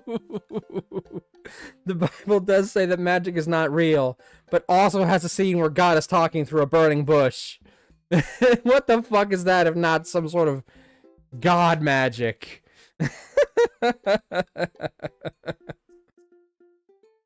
Joseph and I grab a stepladder and walk over to Ernest's spanner. That turd Ernest had one final trick up his sleeve. Looks like this nightmare is stapled and taped 6 ways from Sunday. Any ideas? What happened to your strong arms and height advantage? Ah, right, I forgot about those. Why not just, like, get a ladder, go over to the U, and paint it so it's an O? Problem fucking solved. Oh, right, I forgot about those. But I realized my oversized dad fingers are far too large to get leverage on the tiny staples. You got a hammer I can use to pry these off? Jack, this is a church. We get a little nervous around hammers. And nails. I get it! Hey? I'm kidding, we just don't have a hammer. Aye. But we have to hurry. The U's will be here any moment, and I will never hear the end of it if we don't fix this. Wait, I have an idea. I run to grab the marker. There we go, see? That Ernest used to draw this with and jump back on the ladder. We can't get it down, but we can send a different message.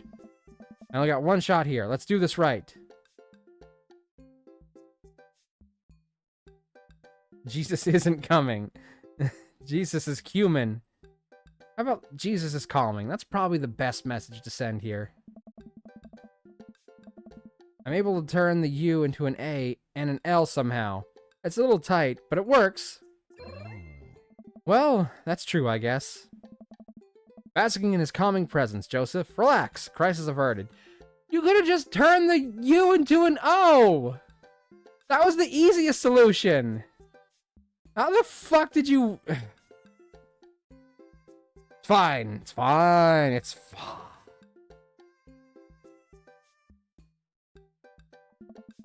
Let's just hope the youths don't notice. Joseph checks his watch. Oh. The DJ should be here by now. Just then, the door swings open. Oh my god. And a man struts in with his DJing equipment. Oh, cracker bits. Wait, you're not the usual guy. What happened to Evan? Evan knew exactly when to play the Cupid Shuffle. Hey, I am not Evan. Evan sold all of his DJ equipment to backpack through Europe, so I'm filling in for him. I do envy him, though. What I would give to drop everything and start over. Ha ha! Wait. It's the sad guy from the trivia place. Are you alright? Alright? It's Spin Master Quinn now? What happened to his alliteration? Alright? I'm better than alright. I'm DJ Spin Master Quinn. He sighs heavily. I usually do trivia nights, but I moonlight on the 1s and 2s to give myself a sense of purpose in life. Is he okay? I think we've already established that he is really not okay. Well, you'll have to do. You'll have a playlist of fun songs that yous will like that won't inspire impure thoughts or tempt them to the dark side, right? That's the good stuff. The DJ thinks for a moment. Believe me, buddy, I got what you need. Okay, great. I'll let you set up. The DJ leaves. Let's keep an eye on this one. He sounded like he was just gonna play Creep on Radiohead by repeat. But I'm a creep. I'm a weirdo. What the hell am I doing here? I don't belong here. After some time, kids from the By the way, why is the A leaking? We said we did this with a marker. Why would it be leaking? We didn't do it with paint. After some time, kids from the community start filling into the dance hall. Some of them seem to notice our sign hack, but they don't seem to care. Most of the kids group off into tiny clusters, standing in circles and casting sideways glances at the other groups of teens. Man, I do not miss being a teenager at social functions. Hey, hey, party people! Everyone in the room turns their attention to the DJ. DJ Spin Master. DJ Spin Master Quinn coming at you with the sound that people want. We're off to a good start. Oh, give it a minute. He'll take it down immediately. This next tune goes out to all the ladies in the audience. Ladies, let me hear you say yeah. You half-hearted yeahs echo through the crowd. All right. He sighs again. Man, it's been a heavy couple days. This next one's actually just for my wife, Sandra. I hope we can work things out, my little honeysuckle vine. Now, who wants to listen to Radiohead's Creep? The DJ begins playing Creep by Radiohead. Man, sidles up to me, pizza in one hand, punch in the other. Creep, huh? Bold choice for a youth group. Let's see where he goes with this. After the song finishes, he plays Creep again. Is the DJ crying?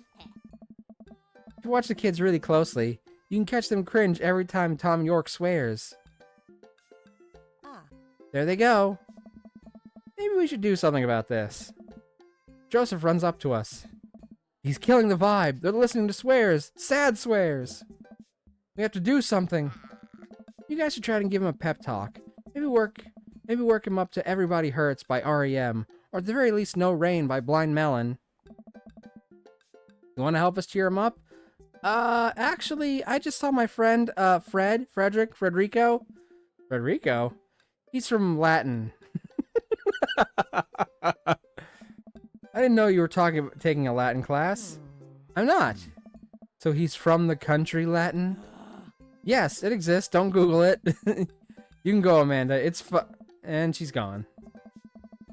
Joseph and I make our way over to the DJ booth, where Spin Master Quinn is having a quiet cry. Hey, bud. Hey, hey, my dudes. How's the party jamming? It's, not? Oh, I'm sorry, fellas. Just taking a moment to find my groove. That's the good stuff. Gotta play sad tunes to properly appreciate the bangers, right?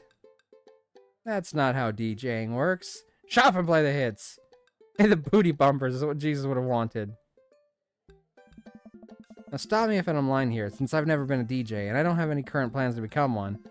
But I don't think that's how it works. The kids came here to have a good time. You gotta cool it on the sadness. I'm so sad. I'm so sad. Hey, buddy. If it's problems you're having with... That's the good Joseph leans in close to me. What was his wife's name again? Sandra. If you're having problems with Sandra... Because I was thinking of Alexandra. I can help you two. I do counseling. It's my job here, and I'm very good at it. All right. Oh, I don't know. Okay. I can tell that you're hurting. Nobody voluntarily listens to that much Radiohead on repeat unless they're really going through some tough times. Trust me, I know. My cracker is sad. Joseph places a hand on Spin Master Quinn's shoulder, who immediately collapses in Joseph's embrace, crying quietly. There, bud. It's gonna be okay. Thank you. I'll done some dance hall anthems. You're the best, Spin Master Quinn. With yet another crisis averted, Joseph and I return to the dance floor, where Amanda's waiting with an ice cream cone. Yeah. They have ice cream here! Good work, Amanda. How's it looking out there? Well, for a dance, there's not a whole lot of dancing. Looks like people are starting to bail, though. This is a disaster. Yes. Don't be so hard on yourself. This ice cream? Top notch. I'm sorry for dragging you into this, Jack. You and Amanda should just go home. I'm not gonna make you stay here for this train wreck. It's not a disaster. We can still fix this. We can... I suddenly realize what we have to do. Amanda, get out of here. I don't think you're gonna want to be here for this. Or be seen with me after this. Oh God, you're not going to... What? What is the plan? I throw my car keys to Amanda. You're gonna let her drive? I'll get a ride back with Joseph. Just remember me as I am now, not as what I'm about to become. Amanda nods. Nice knowing you, Pops. He runs out the door. I'm so curious now, actually. Joseph, I'm gonna turn it up on the dance floor. With luck, we can get these youths into it as well. Oh no, we're gonna dance in front of teenagers? This will end badly.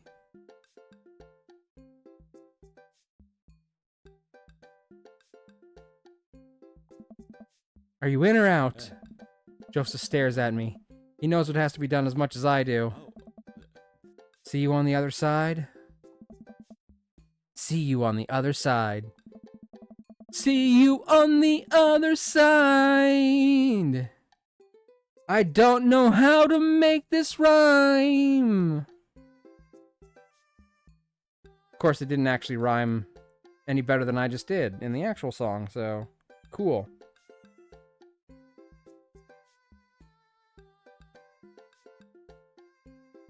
The youths all stare at us. Joseph and I walk onto the dance floor in the middle of the room. The youths all stare at us, unsure of what we're doing. Time to get our groove on. Let's start them off easy and work our way up to the more technical stuff. Start with the lawnmower, roll the dice, the worm. Worm's probably too technical. We'll start with the lawnmower. Alright, let's rip start this baby. I start lawnmowering the dance floor. Joseph seems to respond to that and decides to mow another patch of grass on the dance floor. That's the stuff. Look around. Well, it looks like we've got everyone's attention. Alright, Jack, let's turn up the heat. Alright, sprinkler, shopping cart, running man? Oh. Since time immemorial, this move has never let me down. I start jogging in place, matching the movements with my arms pushing out. This seems to awaken something in Joseph, who feels the fire, or the running man, deep within him. I look around at the youths. They're getting into it! Keep it up, I think they're coming around. How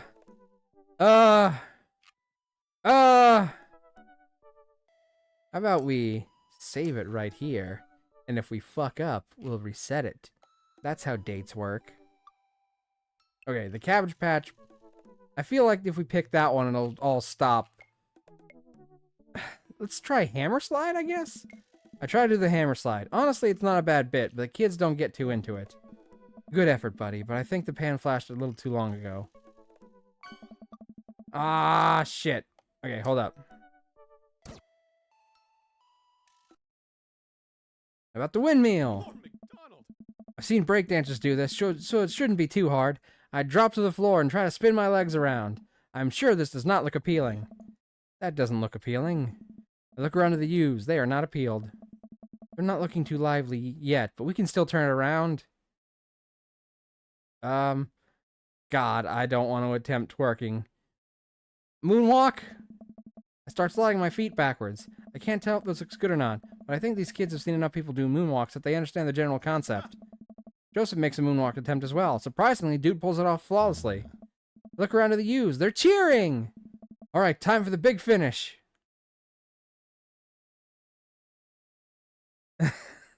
Lift Joseph up Dirty Dancing style. I approach Joseph and motion that I'm about to lift him up. Are you strong enough to do that? I don't know! Without regard for human safety, I summon all my might and lift Joseph above my head. Isn't quite dirty dancing, but Joseph is a good sport and spreads his arms wide while I spin him in a circle. I look at the crowd. They seem to love it. Somewhat obligingly, the kids take to the dance floor and start to move around. Before long, they're starting to laugh and enjoy themselves. It was dicey, but I think we've done our jobs. Come on, the rest of the chaperones will take it from here. What? I have something to show you. Joseph leads me out of the main room and into a dark void, where he can kill me. And down various darkened corridors of the church, I can barely see anything and find myself tripping over my own feet. Joseph, I think I lost you. His hand finds me in the darkness. I'm right here. I'm glad he can't see me blush. We keep walking. Where are we? This church is huge. We're almost there. I actually have to admit that I was a little dishonest with you. I didn't just invite you here to help out with the chaperone. What happened to lying be one of the 10 things you're not supposed to do? I think there's an exception for when you're trying to surprise a friend. Joseph closed the door behind us. I guess we're in a random room in the depths of the church now? What could he have possibly have planned? I'm sure your butt will be having fun. Perfect timing. Oh, hydrate. I will. Thank you, Vash. I should grab my cup, though. I haven't used my cup today.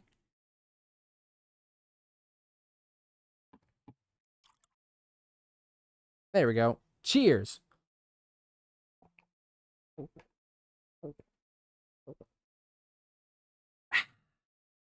There we go.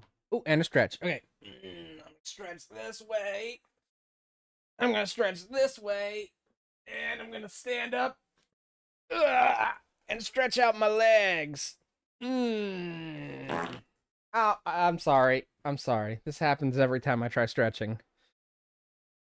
I got too relaxed and it just slipped out. You fucking planned that. Well played. Mav farted.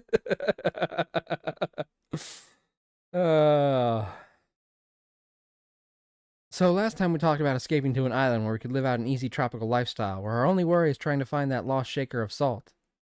It was perfect timing, OMG. It really was. It was great timing. Your timing today has been impeccable. And by that I mean completely impeccable.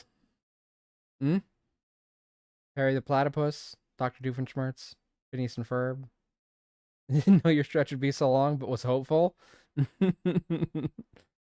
Since we can't actually do that, I figured I could bring a little bit of the tropics to Maple Bay. It's not quite Margaritaville, but something like it. Joseph throws on the lights. Yeah, I got it. Okay, good. Just as long as I'm not making references that nobody understands. Because obviously that would be embarrassing and I'd never want to do that. Welcome to the Margarita Zone. I look around as my eyes adjust to the light. It's his office, but there are twinkle lights strung across the walls, little garlands of fake flowers, and 2 beach chairs set up in front of the desk. There's a blender and 2 glasses sitting on the table. Ukulele music plays softly in the background. I want to know, is his wife okay with him dating?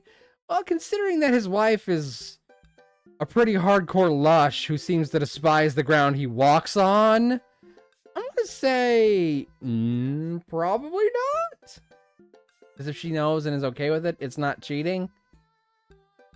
Like, every word that comes out of her mouth towards him is dripping with disdain, and she seems to get drunk all the time. But if he just straight up cheating, what were the devs thinking? I have no idea. I don't know.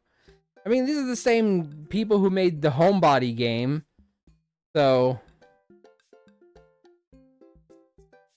I don't know. Maybe they just thought, well, some people might enjoy that aspect.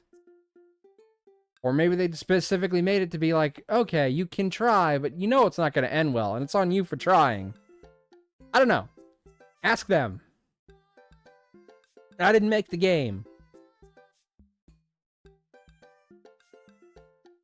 There's a blender and 2 glasses sitting on the table. Ukulele music plays softly in the background. Just as long as it's not playing What a Wonderful World. I see trees of green. Red roses too. I think that was a flawless impression. I watched them bloom for me and you, and I think to myself, what a wonderful world. Joseph, this is amazing. Yeah. There's no Pop-Tarts to step on here, buddy. Oh, Pop-Tops, not Pop-Tarts. Why the fuck did I read that as Pop-Tarts? I must be hungry. There's no Pop-Top to step on here, buddy. You did this for me? Joseph takes a seat and gestures for me to do the same. I'm more cleverest than Everest. I don't know if Everest is all that clever, though. Playing Limbo. So I'd probably just done a puzzle. I did this for us. I think we both earned it. I settle in while Joseph pours us both margaritas. You really went all out. I have a flair for the dramatic. And you can't lead the community if you don't know how to make a good margarita. Have your character looks chronically depressed. It's true. It's kind of true. But you know what? It's fine. Because we're wearing a shirt with cats on it. So that covers up our depression. I take a sip of mine. This is a killer margarita. I would follow this man. It's the slanted eyes and the curved eyebrows that do it. I think we were trying to look French.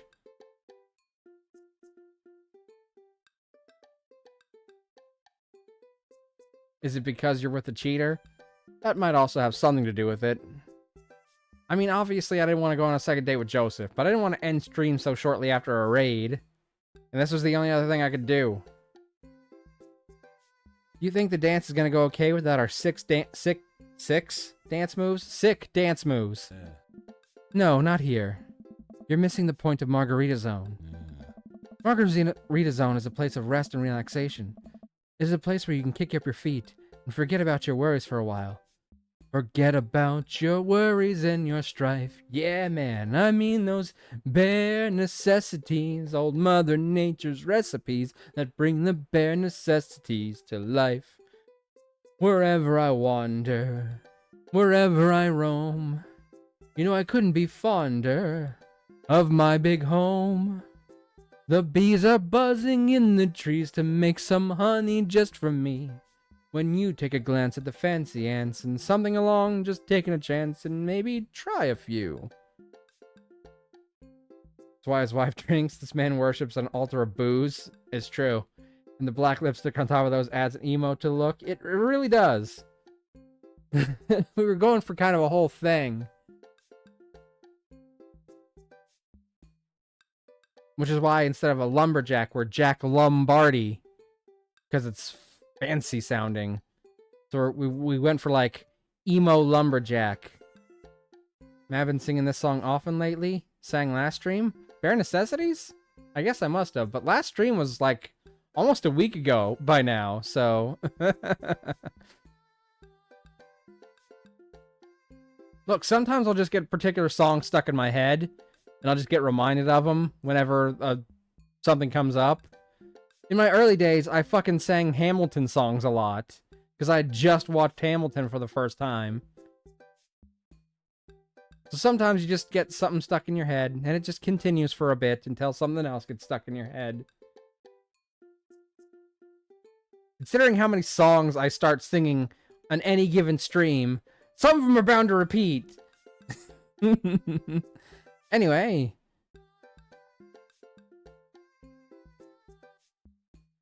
Because while I've never seen the movie, I've heard you sing it twice now. That's totally fair.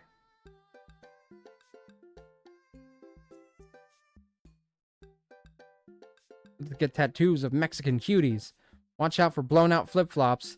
It's heaven on earth with an onion slice. It's fine, better than what's stuck in my head.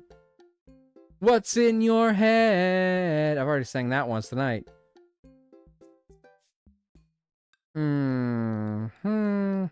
Let's go for onion slice.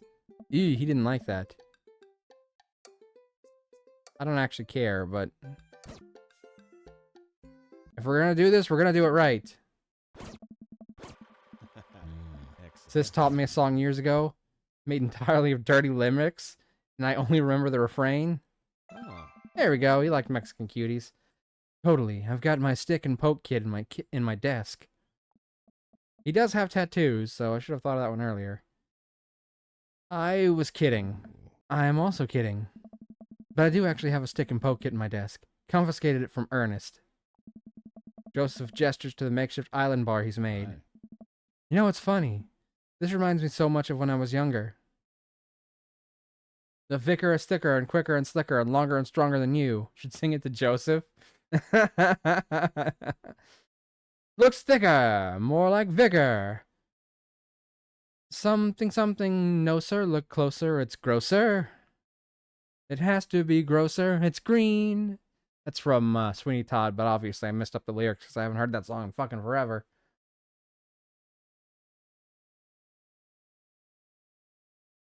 The history of man, my dear.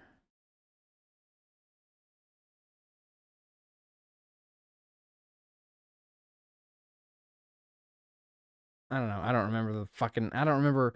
Like, I remember parts of the song, but I can't remember how to fit them all together.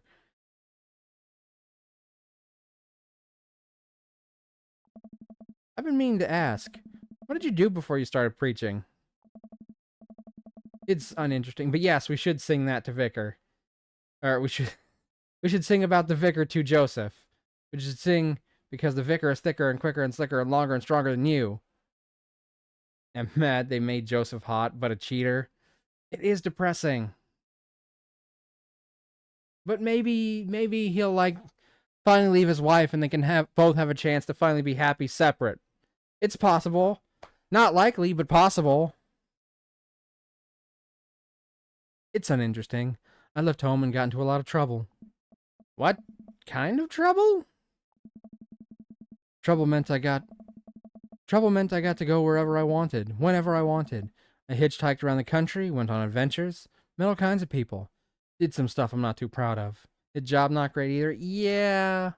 But it looks like we're about to learn the backstory of his job. But I was young and in love, and I didn't want to answer to anybody, and didn't have to answer to anybody. And now, I host fundraiser car washes and take the kids to soccer practice on the weekends. I'm sorry, I don't mean to get heavy here. It's okay. It seems like you spent a lot of time taking care of others, but not enough time taking care of yourself. Don't encourage this asshole. If you need to talk about it, I'm here for you. Joseph stares deeply into the blender filled with ice and margarita mix. It's just, I think about Margaritaville a lot, or I guess the concept of it. A place where I could just strum on my six string while I wait for the shrimp to boil, drink margaritas all the time, forget my worries. So his dream, deep down, I've got a dream, I've got a dream. He basically wants to abandon his family and live on his own, just with no worries. That's what he wants deep down? It's an easy life. I had Margaritaville once, but I think the closest I'm ever going to get back to it is Margarita Zone. A short and occasional reprieve from my daily life. Is that such a bad thing? This is pretty nice. It doesn't last forever. That's the rub. When you're in Margarita Zone, it's not like your problems have really gone away. You're just choosing to ignore them. Maybe you're looking at it the wrong way. Maybe Margarita Zone is actually better than Margaritaville, because Margaritaville itself is an impossible ideal. Remember what Spin Master Quinn said? Sometimes you have to play the sad tunes to appreciate the bangers. If stepping onto a pop-top is your biggest concern, how could you possibly appreciate the boiling shrimp? Margarita Zone isn't landlocked to this office. I think it's about finding the little pieces of Margarita Zone throughout your day and taking joy in those moments. That's awfully optimistic of you. It doesn't have to be anything big. For me, I think it's just being able to quietly do word jumbles and drink some strong coffee in the morning. See my daughter smile, or smile at Joseph. To spend quality time with a good friend. Oh. Yeah? Yeah. I can feel myself leaning closer to Joseph. Is it just me, or is he leaning closer too?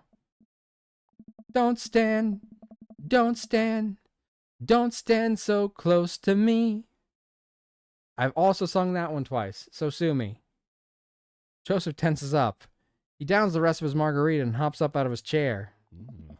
It's getting late. We should head back. Chair. Joseph and I make sure the dance wraps up without any incident before he takes me back to the cul-de-sac. I hop out of Joseph's car before he pulls into his own driveway. Thanks again for the help. Thanks again for Margarita Zone. Maybe we'll go back there one day. If we do, it'll be my own damn fault. Joseph chuckles and drives away. I walk into my living room to find Amanda curled up under a blanket and groaning on the couch. Hey, Panda, you feeling okay? Dad, I have a tummy ache. Eat too much youth group food? I drank too deeply from the well of life, and now I pay the price. And by well of life, I mean that big lukewarm bowl of punch bowl of seltzer juice and sherbet. Amanda slides on the floor with an elongated groan. Need anything, kiddo? A time machine that goes back approximately 2 hours in the past so I can warn myself of the follies of excess? I'll pour you a glass of water. Love you, Pops. How'd the dance go? Oh, I crushed it. Got the kids on the dance floor at the expense of my dignity. A fair trade. Also, everything hurts. I'll see you in the morning, kiddo. Night, Dad. Date complete.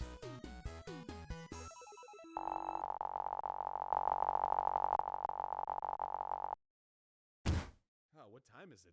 That was great. Who cares?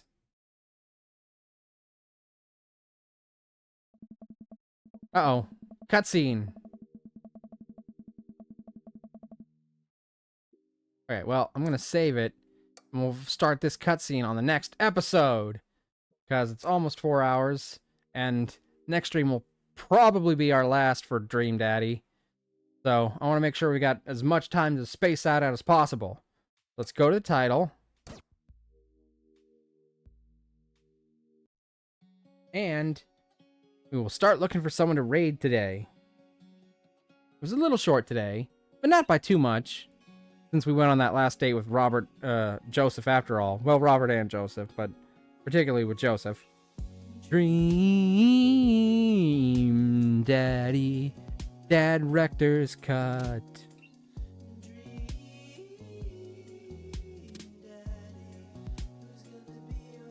Alright, let's see who's on.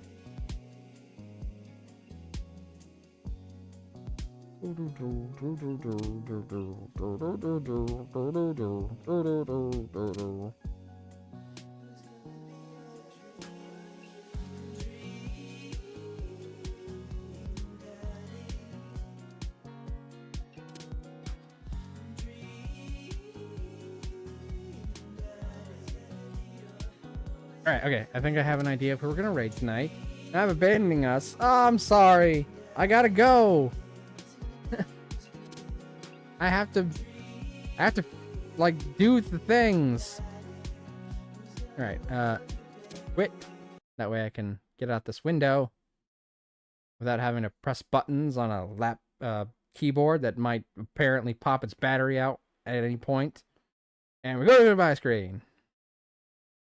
Alright, I will most likely see you all tomorrow, unless I decide not to do stream, that way I have a chance to go get a new controller for my PS5. But I'm really, really hoping I don't have to do that, okay? Okay. Let me get the raid set up. Can't go, I keeps. I'm sorry, I got to. I gotta make dinner, and I gotta go to bed, and I gotta wake up early, that way I can try and get stuff done before it becomes impossible to do it later. That way I can... New controller important. Yeah, exactly. If I don't have that controller, I can't finish up Alien Isolation. And who would want that, right? Who would want me to not finish up that scary game? Wouldn't that be so terrible if I couldn't play that scary game again? Okay. Let me... I'm gonna be rating Showy Zamo. Fine. Leaving us all alone. It's fine. I appreciate everyone who came here tonight. I appreciate Kitty for the raid. Speaking of raid, there is our raid message. But again, as always, feel free to make it your own.